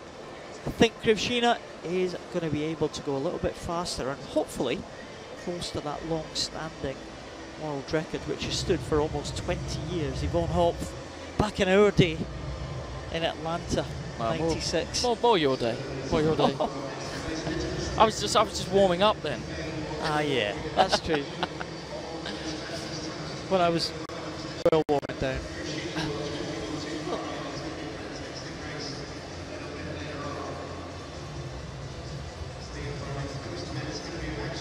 Top 8 qualifiers just here.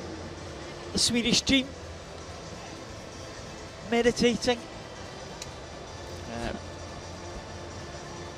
Loves the audience. Love to get into the spirit. Some wear wigs, some carry flags, some dress up. It's all part of the fun. It is. Supporting your team. It's the Swedes in the front there, like the Danish flag. Well, Forsman in the front.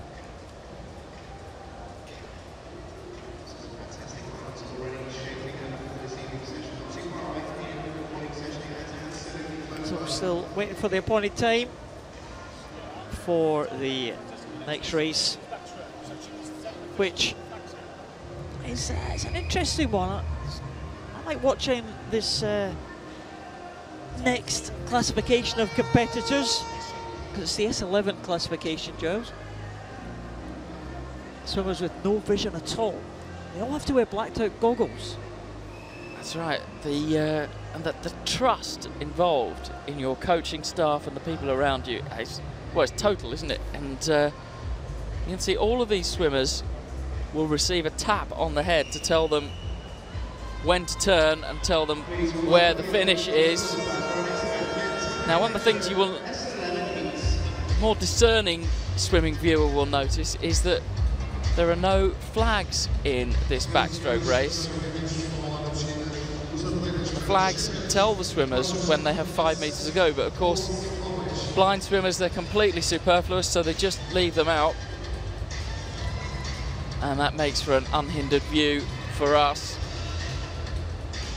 And difficult, really, for the tappers to get that tap right on backstroke, because the arms are coming over the top, and you've really kind of got to judge it.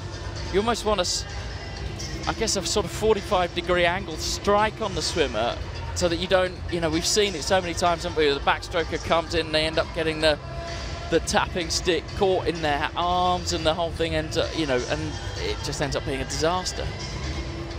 Well, I've done tapping before sometimes. Marianne Lowe, who's a Scottish Paralympian, used to go to club events with Marianne and used to do the tapping as well. And you're right, Giles, backstroke is just a nightmare to tap, because the arm's coming over. You've got to try and tap the head. You might find that some of the swimmers we saw, the Ukrainians, I think it was yesterday, or the Spanish it was actually, tap on the small of the back in terms of swimming butterfly. I wonder what they will try to do, whether they'll go for the head this time, or maybe further down, or on a the chest. Yeah.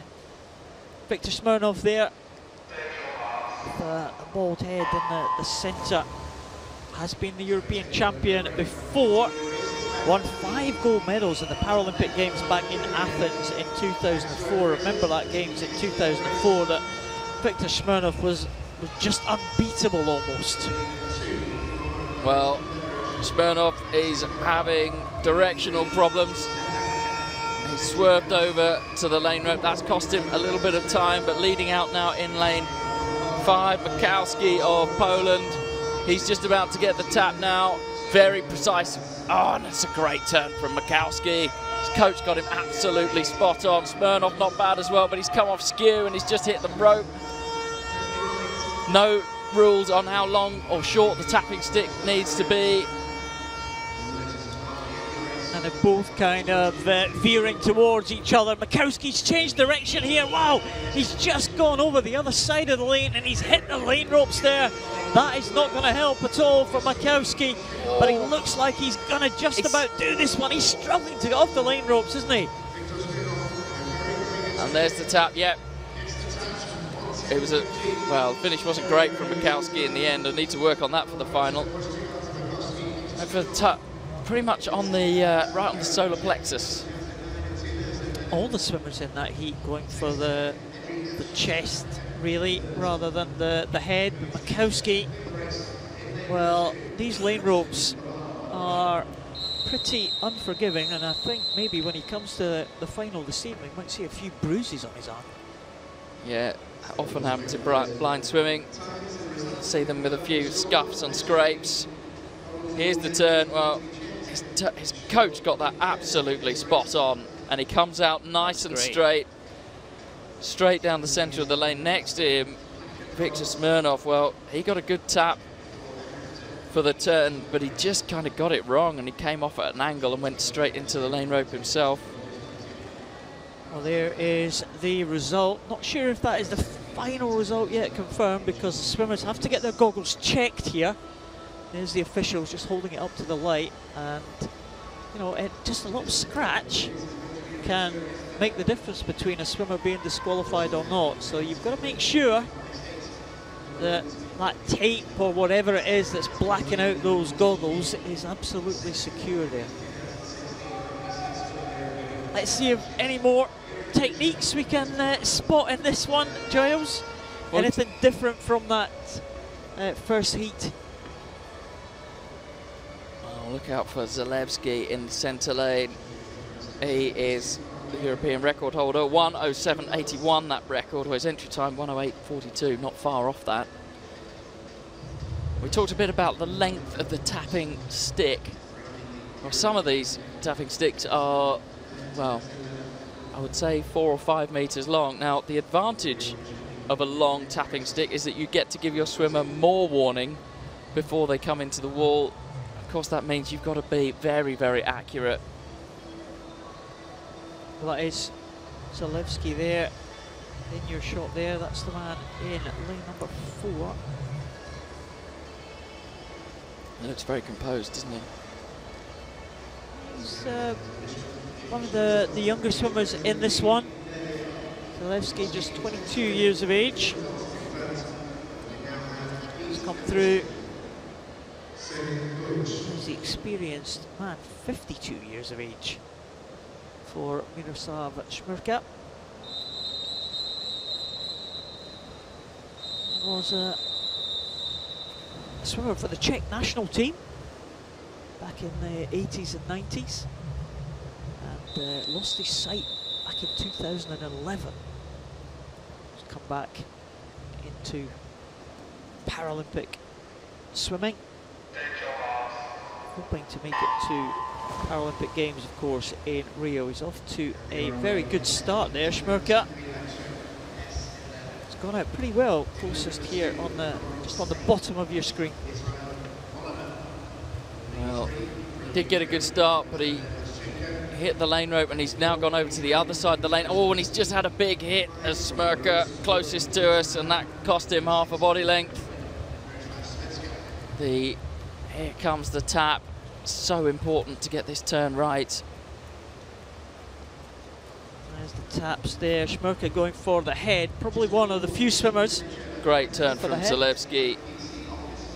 Israel Oliver, also in Spain, in the outside at the top of your picture, also got a very good tap, very precise turn, and Israel Oliver now looks like he's just edging in front of Zalewski. If he can stay off the lane rope. But very comfortable swimming, this, Paul. Very, very good, actually. Israel Oliver Just kind of skirting round the line ropes for direction. Zalewski may well get the touch. Israel Oliver and Zalewski in together. It is Israel Oliver. He does finish. Well, probably not the best finish from Oliver, but it was good enough to take that one by just 0.2 of a second ahead of Zalewski. Israel Oliver is a swimmer that we have seen it. Occasionally we do see that in the visually impaired classes that they start as an S13 swimmer, but as the eye condition gets progressively worse, they move down to an S12, then in an S11 classification now, when he has a swimmer with no vision at all. It's the Belarus swimmer there, Zudzilao. And there is the finish. I think Israel Oliver quite got this one right. It wasn't bad actually. Not full extension, but not too bad. Well, Israel Oliver very much going for a... now it's interesting seeing him cover his eyes there and then put his goggles straight on. And the reason for that is that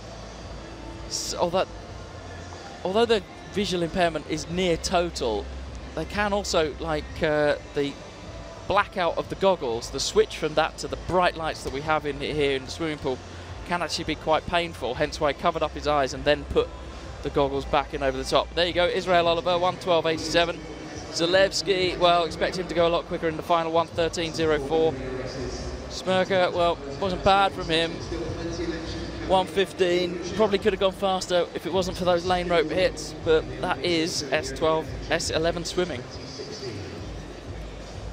Well, again, that you said about the protecting his eyes from the light, Giles, and that's probably one of the reasons that the blacked out goggles were actually introduced, because some of the swimmers in the S11 class, some of them have no vision at all, just absolutely nothing, but some of them do have light perception, some of them have a very, very weak vision, and it was deemed to be maybe an advantage if you're able to see your surroundings rather than being in total darkness as well. So that's why the blacked out goggles. But ironically, it could also work the other way around, because if you think you go from a relatively dark environment like a changing room environment and then you come out onto the main arena floor, then that could actually act against you. Anyway, on to the next heat. Cecilia Camellini. Always good value, Cecilia Camellini, one of the great characters of the Italian team. And Elizabeth Egel from Estonian. And Estonian, Egel means eagle in Estonian. James? Tweet us with your language requests. Paul Noble will be more than happy to translate for you. Elizabeth Egel, just 15, and she won a medal in the European Championships 2 years ago at the age of 13. But this Camellini, Maja Reichhardt, the Swedish breaststroke champion. And again, the S11 class for women, but maybe, I don't know, about a decade or so ago, just looked like it was not going to survive because they didn't have the numbers, they didn't have the competitors in there, but now there's some real quality coming through. Yeah, absolutely. Well, Camellini, quickest mover there, but best underwater, for my money, was Elizabeth Egel of Estonia in the pink hat. But yeah, you're absolutely right, Paul. They had this, and it's such a specialised branch of coaching in terms of swimming. You've got to have the tapping skills. You've got to be able to really articulate yourself well as a coach. You can't, obviously, to a blind swimmer, you can't just show them what you want them to do in the water. You've got to explain it in a way that someone else can interpret into moving their own body, and it's a very, very specialist thing. But Camellini here, not going particularly well. No, she isn't. She's the reigning champion. Better known as a freestyler, Camellini. She's coming through now, though. And Elizabeth Eagle going well. She may well hold on to this, but again, she's veering over to the lane ropes. Camillini able to stay a little bit more central to the lane there, and that's helping her pull up. Camillini looks like she's going to time this one pretty well. In for the tap, reaching for the wall, and Camillini does get it. That was a big comeback from Camillini. It was one. In the end, it really came down to getting the finer kind of technical parts around the race right, and in this case, not hitting the lane rope. And that is how often do we see that? We see blind swimmers absolutely charging along, looking great, and then they throw it all away because they haven't focused on keeping a true course down the lane. It's tough to do when you get in those lane ropes. Well, you can try this at home. Close your eyes and swim in the pool, and it is tough. Please don't try that at home. Please don't try that at home.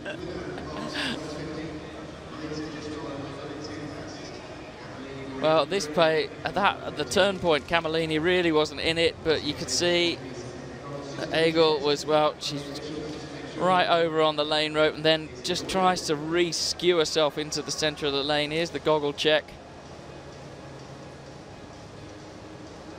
The ref seemed steely-faced, checking the goggles. Camillini takes that one. Good finish from Camillini, 124.65. She will be hoping to go faster in the final. Well, that is faster than her entry time, so maybe it's as fast as she has gone in the last couple of years. And a big rival of Camillini is Daniela Schulte. Again, experienced campaigner from Germany. And Marina Podobna, bronze medalist at the last European Championships. Just making sure those goggles are going to stay on. Of course, again, if the goggles come off, the blacked out goggles come off during the race, that's it. Disqualification, isn't it? Yeah, there's absolutely no margin of error for any kind of gear failure.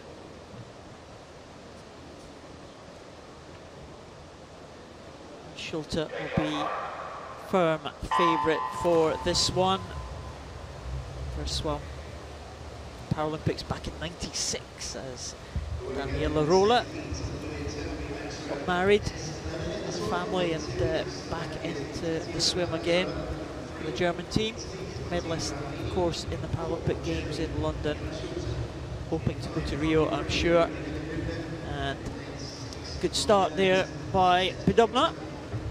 She is the first one away.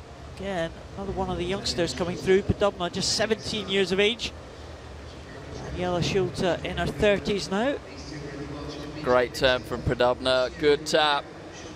Oh, she's come out a little bit askew though. She has come out skewed. She was good in rotation and the tap was absolutely spot on. Interestingly, that Schulte didn't go for the backstroke tumble.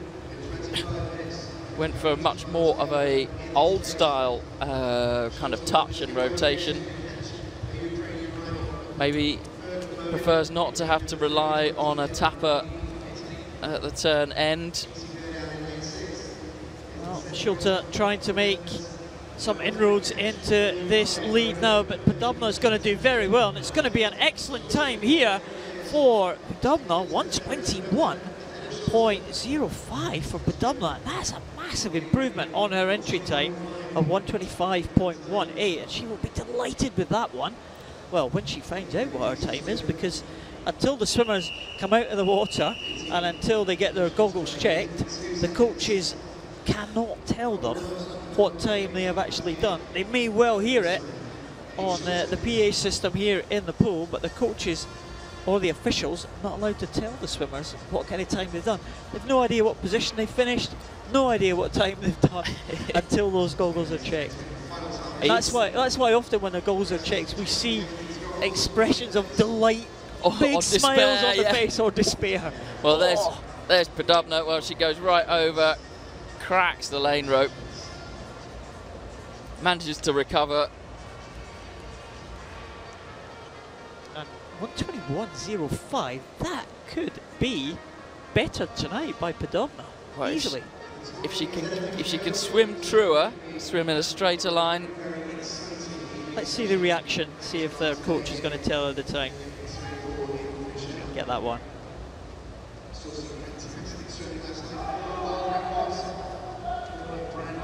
A bit nonplussed, really. She's just too tired. Podobna 1:21.05. Good time from the Ukrainian. Daniela Shulta in second, and Rabellini, the Italian, in third position. Lisette Bruinsma from the Netherlands in fourth position there. Watch out for her, a new star of the Netherlands team, just 15 years of age. She recently set record in the 100 breaststroke, so the Dutch team again producing these youngsters. Still got the big events to come. Results haven't been made official just yet, as the swimmers for the next event are ready to come out, and that's the men's 400 freestyle for S8. There are the swimmers progressing into the final. Podobna, Shulta, Camellini, Egel likely to fight it out for the medals, but in the S11 races you just never know. So many things can go wrong. Well, on to the next event, which is the men's 400 freestyle S8. Well, Joseph Craig really in the centre lane there. He's in the slower heat. Needs to put in a good performance. Be interested to see how much he's going to pace this. He's not known as a swimmer who really does pacing, tends to swim every race as if it's his last. It came a cropper for yeah, it was a technicality really for Joseph Craig yesterday, disqualification. And he lines up again. Here, his Great Britain teammate Oliver Hine will go in the second heat, the world record holder. The Great Britain Paralympic tattoo on his chest. And Joseph Craig out to good start here. He will be the favourite for this one, big favourite. And Borodayev in 3 and Torben Schmidtka in 5. May well challenge him as well. A good start by Bogdan Zronenko. Took a bronze medal in the 100 last night, so he's a swimmer in good shape at the moment. Arenko could be first to the turn there, just about ahead of Joseph Craig. 0.3 of a second separating the top two. Well, it's interesting pacing from Hanenko. Entry time of 5:03.49. Not sure he's going to be able to live with this pace as the race wears on. Joseph Craig in the centre lane, looking quite comfortable at the moment. As they reach the 100-metre mark. Nice crisp turn from Hanenko. S8 classification towards the upper end of the physical impairment scale. It's a scale of 1 to 10, where 1 is for those with most severe impairments and 10 for those with minimal impairments. But really we're starting to see impairment types matching themselves up, even within class, to certain events. It's unlikely that you're going to see a one-armed swimmer in the S8 class featuring at the top in the 400 freestyle pool. Yeah, distance freestylers tend to be those who have better use of their arms. Those arms vitally important as we go in through the 400 freestyle. As you can see, these two swimmers ahead of the field. Joseph Craig in top of your shot, Bogdan Zronenko at the bottom here, and these two Stretching away, that's a halfway point. Half a second advantage, just over half a second for Hronenko. Joseph Craig, of course, did swim in the S7 class. He was reclassified after the London Paralympic Games, and he was the gold medalist in this event. He was a surprise gold medalist. Absolutely, he was only a late selection for the GB team and swam a sensational 400 freestyle to take the gold medal. A shock win that was, and it was a phenomenal time that he did to win that medal, that gold medal in London. And my favourite stat was that he is from the northeast of England, and he had the Tyne Tunnel in Newcastle named after him for a day. For a day. Excellent. That is a claim to fame. That's a fantastic honour. Well, Hronenko, I thought we'd maybe see him fade, but anything but. Well, Joseph Craig's kind of sat back into this, into the pace of this. He knows exactly where Hronenko is, but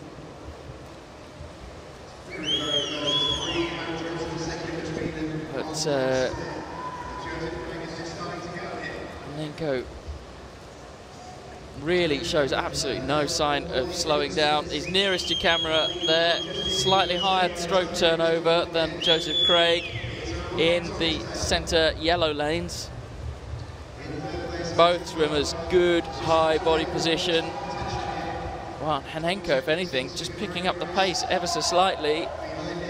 Wants to make sure he gets the centre lane, but it's not going to be quick this time overall. 4:07.18. Joseph Craig round just 2 100s in front of Hronenko. They are just coming in now to the last 25 metres. I think Hronenko determined he's going to take this one. Joseph Craig keeping an eye on his rival here. Not sure. Well, he's picking it up, Joseph Craig. I think he might want this one too, but he's not going to get it. That's going to go to Hronenko. Joseph Craig in second position, just couldn't quite out-sprint Hronenko in those closing few metres. And that time, 4:41.82 for Hronenko, 4:42.09. Should qualify them for the final. In third position, Paradaya 4:52, and Torbjörn Spitka in 4:55. And there is the local swimmer, Ruben Linares, Portuguese swimmer. See what time he can do. 5:23 for the local man, and that's an improvement on his time. Portuguese happy with that one. And he's fifth position. Not sure if that is going to be enough for him to make it to the final. We'll wait for the second heat to see who's going to make that.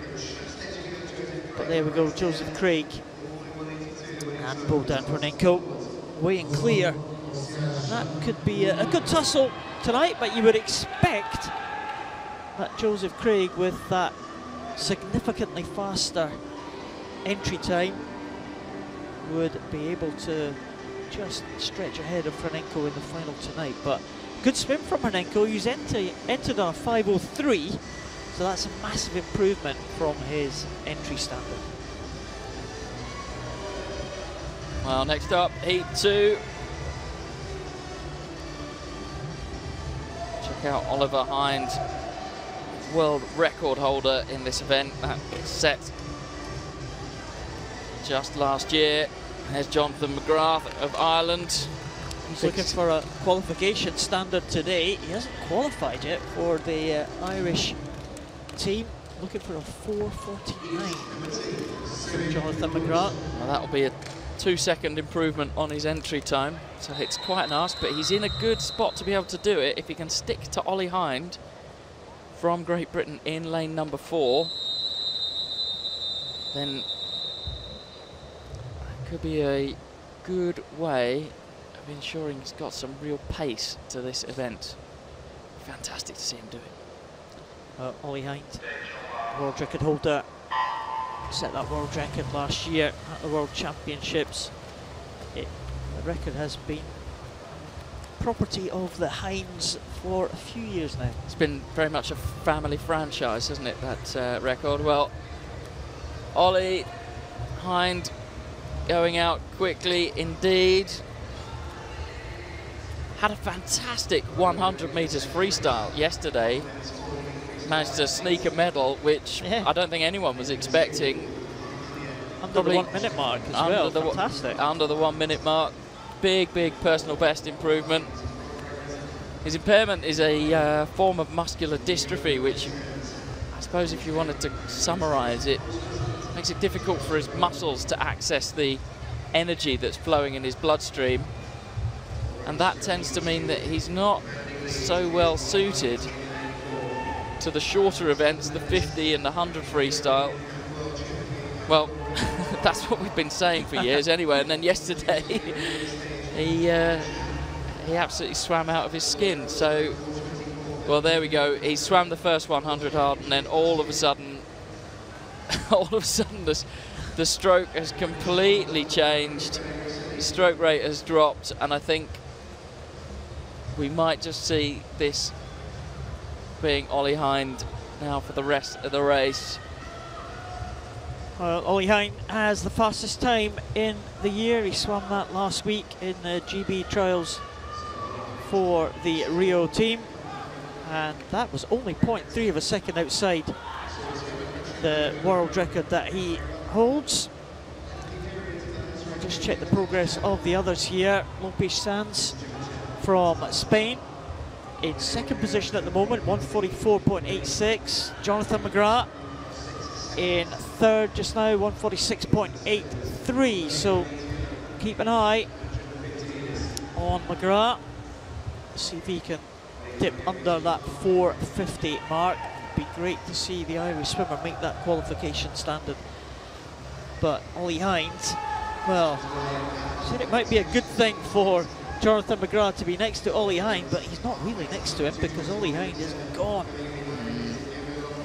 Well, McGrath, to be honest, well, he's out of his shot there, but he's just not making it easy for himself. His hands are coming over very hooked, which means every time the hand is going into the water, it's just knocking him back. This is completely opposite. Ollie Hind is an absolute masterclass in technical freestyle. Hands come over. Well, you can just see McGrath there, just in the white hat at the top of the picture, going the opposite way now to Oliver Hind. And those hands, Paul, they're like shovels on the end, and that's not really how, well, it's not how swimming works at all.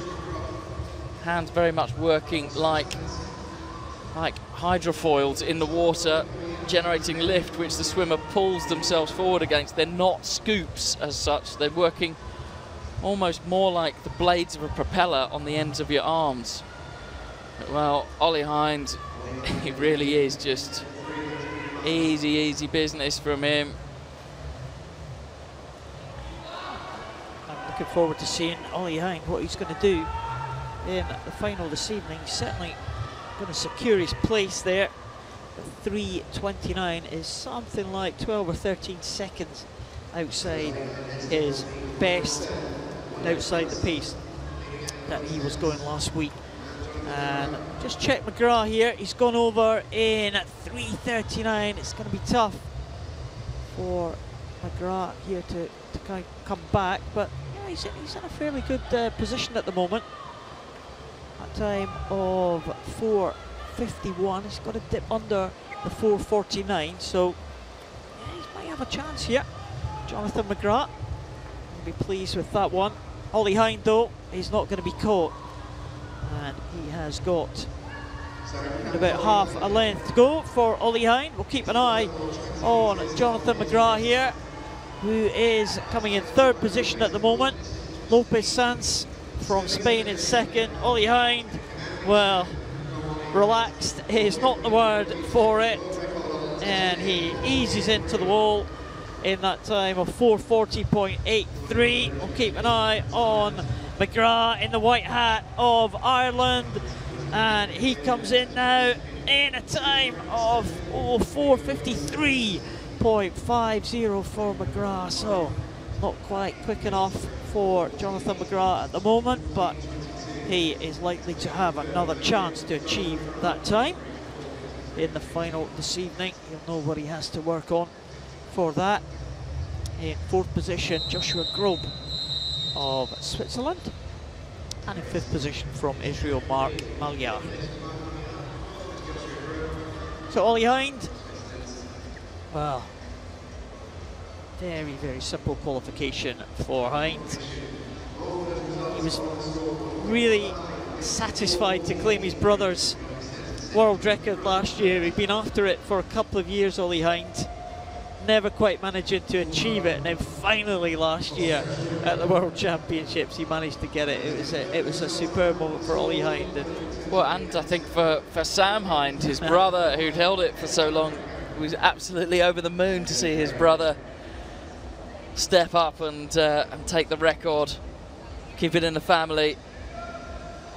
And there we go, nice comfortable finish from Ollie Hind. Not even out of breath really, just very, very comfortable. 4:40.83, well, he'd entered a lot quicker than that. 4:48.22 for Lopez Sands. Well, we might see something special from Ollie Hind tonight, I hope so. Lopez Sands in second position. Jonathan McGrath will come back for another go at that qualification standard tonight. And final event for this morning is the women's S8 400 meters freestyle. Can't see the swimmers at the moment, but we are probably about a minute away from the start here. Giles, just kind of recap on the morning so far. We've seen some pretty relaxed stuff from a number of the main contenders, but it's really kind of setting it up for this evening's finals, isn't it? It certainly is. Well, that was a shot of a very serious looking Maria Pavlova of Russia. Probably the tallest of this lineup.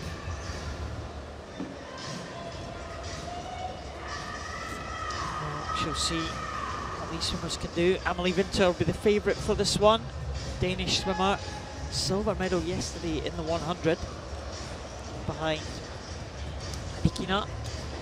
And there is Alba Kelly, 17-year-old from Ireland. She will think she's got a chance of getting in the medal positions as well, the Irish swimmer. Amelie Winter, though, the reigning European champion. Duskova in lane number 5, also with a fast entry time of 5:25. And again, a number of youngsters in this one. Nora Meister in lane number 2, just 13 years of age, from Switzerland.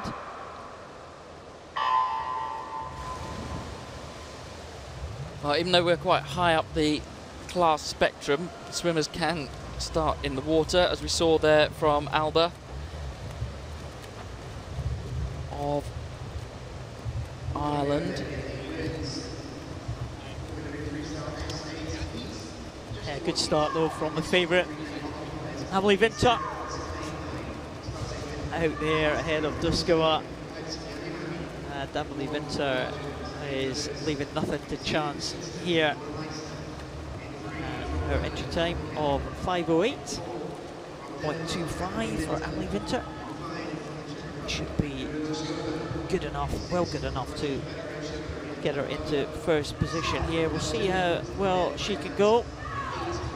She won the previous European title in 2014, a bronze medalist back in 2011, which was kind of a breakthrough meet, if you like, 2011 European Championships. And she also took a medal in the World Championships back in 2013. So experienced campaigner.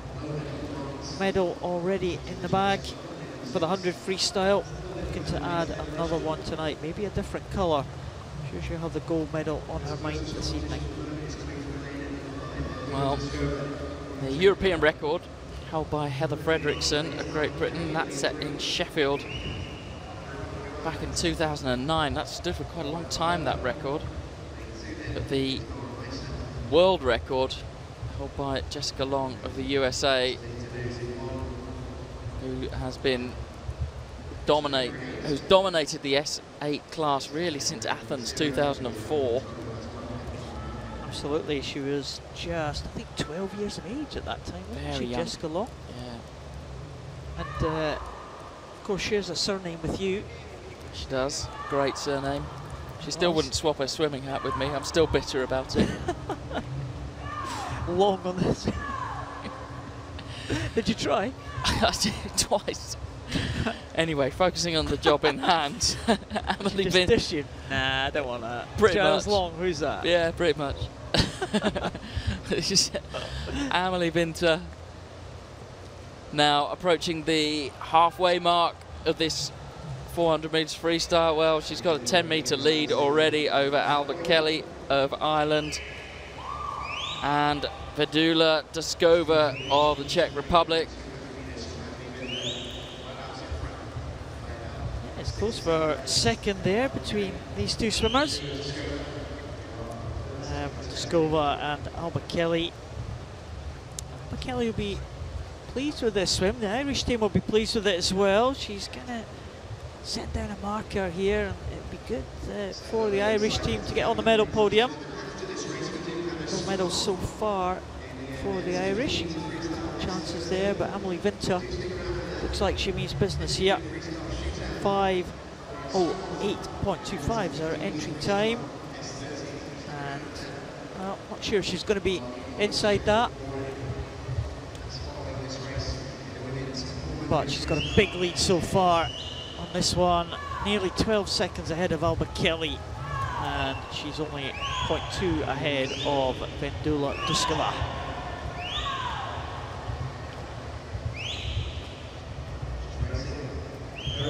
Well, Amelie Winter still looking very, very comfortable indeed. Nice, even stroke turnover. Bit of a lift to her body position when she goes into the breathing cycle. Any kind of up and down movement really can cost you. Well, here's Albert Kelly and Duskova just coming into the turn now. And Albert Kelly, well, she went in front, but that wasn't a great turn from Albert Kelly. We're back now with the leader, Amelie Winter, into the final 75 metres of this 400 freestyle. And yet you can see how much of a lead she has over the rest of the field. It's very, very difficult to see how the gold medal could possibly not go to Amelie Winter. But then the officials here at this IPC Open European Swimming Championships in Funchal have been absolutely on the button with the rules. They have not let anyone get away with anything, have they? So, as long as Amelie Winter can do it, absolutely. No twitches, no strange tattoos, no see-through costumes or anything crazy like that. I think she's pretty much nailed on for the gold. Well, here she comes into the final 5 metres now, and it's 5:19.45. Well, very, very easy. Her entry time was 5:08.25. Yeah, and Albert Kelly just forging ahead in these closing stages now. Her entry time was 5:36.88, and she's not going to be far away from that. 5:39.51 for Albert Kelly. Duskova in second position, sorry, third position behind Albert Kelly, and Amelie Winter there taking that comfortable victory. A bit of a conversation going on. We'll just wait for confirmation of the results as the final swimmers still in the water. The two Belgian swimmers. We have the Swedish swimmer as well, 2 swimmers to lose. Remember, it looks like the swimmers in the outside lanes are not going to make it there. Bastuaka from Romania in lane number 9 and Yanamaji from Estonia in lane number 0. Well, they're just finishing in lane number 8. Agnes Kramer, 6:33.32. Quite close to her best. Well, she'll go through to the final in last place.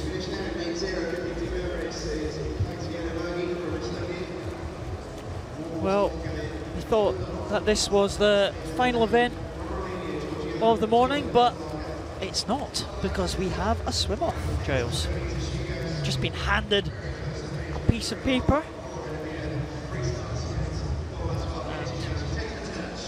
And the swim-off is for the 50 meters freestyle. And it's for the S13 class. To Amelie Winter just exiting the water for what we thought was going to be the final race. But that's not the way it turned out to be. Swim off. Well, both the swimmers who are racing for a place in the final, they both went 25.93.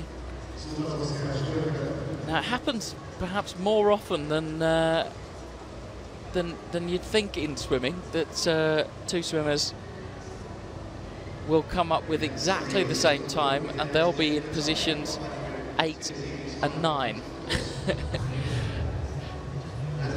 Well, I suppose they'll be, they'll be in joint 8th to make a place in the final. And so the only way to decide it is for them to swim a separate heat called a swim-off on their own. It is. Well, it is actually not for a place in the final, but it is for the position of first reserve, Giles. I think this is a tie for 9th position. So it's not even for a place in the final, but you never know. If there is a withdrawal, which we've seen withdrawals here, it could mean a place in the final for these guys. So yeah, if there is only one withdrawal, you have to have a first reserve, and this is for that position. Now, you have the option, don't you? You don't have to swim a swim-off. You can just waive your right to it and just say, you know, and that would often happen. And I think if it wasn't Paralympic year, I wouldn't be surprised if probably either one of these swimmers just said, no, it's fine. I don't need to swim off for a reserve place. It's another chance, of course. They may have felt that they didn't do their best in the heats this morning. Maybe a chance to improve, a second swim, of course. They're not going to get in the final as it stands. Chance for them to make some improvements here. They both went 25.93. It is Salguero Otisa in lane number 4, Galikov from Kazakhstan in lane number 5, closest to us, and you can see why they tied together in the heats. They are absolutely stroke for stroke as they come into the closing stages here. It looks like the Spanish swimmer may just get it. He does get it, 25.91 for Salguero Otisa, and that is pretty consistent stuff. 2 100ths faster than he went in the heats this morning, so he will be the first reserve for that final. Well, there was the start, and the Spaniard, better start. He was away ever so slightly quicker, but he was also much straighter off the blocks. They were literally stroke for stroke, weren't they? Well, there was the difference. It's that finish as we often see in visually impaired swimming. It's one swimmer spotting the finish and the other not quite doing it, and that made the difference. Ivan Salguero Otisa will become first reserve, 25.91. We'll keep an eye on him for this evening's finals to see if there are any withdrawals. Roman Galikov, 26.10. And that is the completion of the session, Giles. I nice morning session. We've seen some pretty comfortable qualification. We've seen some excellent swims. Those 50 freestyles were good, weren't they, with the visually impaired? Bulky, Hannah Russell, Stukalova, all going for it this morning. Absolutely. Well, there's some really interesting finals set up for tonight, isn't there? So the men's SM6, that looks like it's going to be an interesting one. The men's S900 backstroke, the women's S12 50 freestyle, well, S1000 freestyle. Yeah, I mean, it's just going to be one after the other tonight. And of course, the men's S8 400 that we've just seen the heats for. Be interested to see if Ollie Hind can get that world record. Well, 4 world records last night. We may be in for more tonight. We will be back with you at 1700 hours local time here in Funchal, Madeira. And we hope you will join us then on the live stream here from the IPC Open European Championships. Well, hope you had a good morning. Goodbye from me, Paul Noble, and from Giles Long. We'll see you tonight for the final session.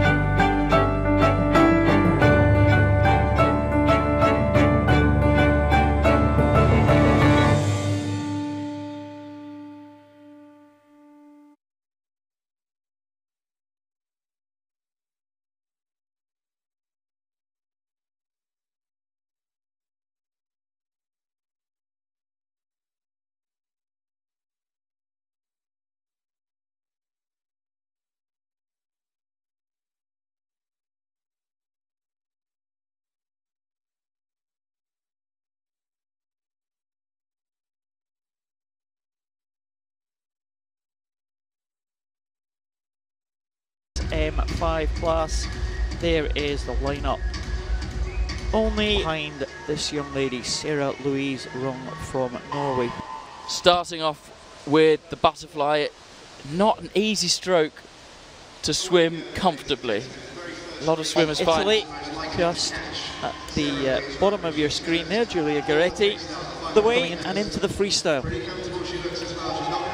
Well, Sarah Louise Rung now into the 3. That's going to be absolutely easy. One. And Giulia Goretti, well positioned there. Sarah Louise Rung will be fastest into the final this evening. Likely to miss out on this one is just still finishing. It's Teresa Goh from Singapore.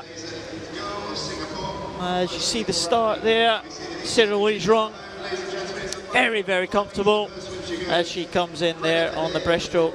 Keeping her head down for 2 strokes, Giles. Absolutely, allowed to do that in this classification. And the reason for that is the lower you keep your head, the higher you keep your hips. And so they breathe every other stroke, keeps their head position down, keeps their hip position up, and their body position flatter. Well, there, look at that. Fantastic. Hands go into the water, very little air around the hand as it goes in. Good, comfortable freestyle swimming from Sarah Louise Rung. Very good extension of the lower class rates. Well, there's the line up for you. Well, there's Vino Raditz. Martinez Tuelo holding on to the block there. Fredriksson away quickly. Still under the water, Fredriksson making the most. Makarov of Russia. And he just out. It's actually not that far. Ukraine, 4 gold medals, same as Great Britain. And since then, he really hasn't been challenged in this event. He's won everything there has been to win. And he's gone there 45.97. But interesting that that's not as fast as Funchal Boni went in the backstroke there. Funchal Boni just at the left hand of your picture there with the black cap. So expect him to go a little bit faster tonight, I think. Vino Raditz is going to have to go faster as well to try and claim that gold medal, keep that impressive run going. Former European champion David Levesque will also be taking Laurent D from France, the European record holder. Much more precise swimming. Boyska. Yeah, she built and built and built. And she's hanging on to Lorandi there, but Lorandi first, and she touches in a time 102.6 in second. Hernandez of Spain, 105. She gets into the final this evening. Boyska did come through for second position, and that's a good result. Looks a bit out of puff, but no real great shakes. Yeah, it was a decent swim there from Lorandi. She certainly dominated that one. And Boyska was never really in the picture. We thought she might challenge, but she looked like she worked fairly hard there.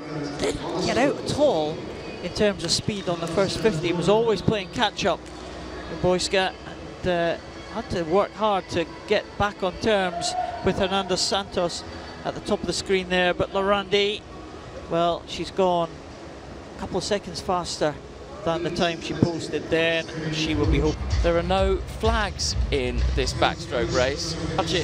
You almost want to, I guess, a sort of 45-degree angle strike in their arms and the whole thing, and you know. Yeah, the centre has been the European champion before. Won 5 gold medals in the Paralympic Games back in Athens. To get the tap now, very precise. Oh, and it's a great turn from Mikowski. How long or short the tapping stick needs to be. Isn't he? And there's the tap, yep. It was well, the finish wasn't great from Mikowski in the end. All the swimmers in that heat going for the chest, really, rather than the head. Went straight into the lane rope himself. Well, there is the results. Are pretty unforgiving, and I think maybe when he comes to the final this evening, we might see a few bruises on his arm. Yeah, often happen to blind swimming. See them with a few scuffs and scrapes. Here's the turn. Well, his coach got that absolutely spot on, and he comes out nice and straight down the centre of the lane. Next to him, Viktor Smirnov. Well, he got a good tap for the turn, but he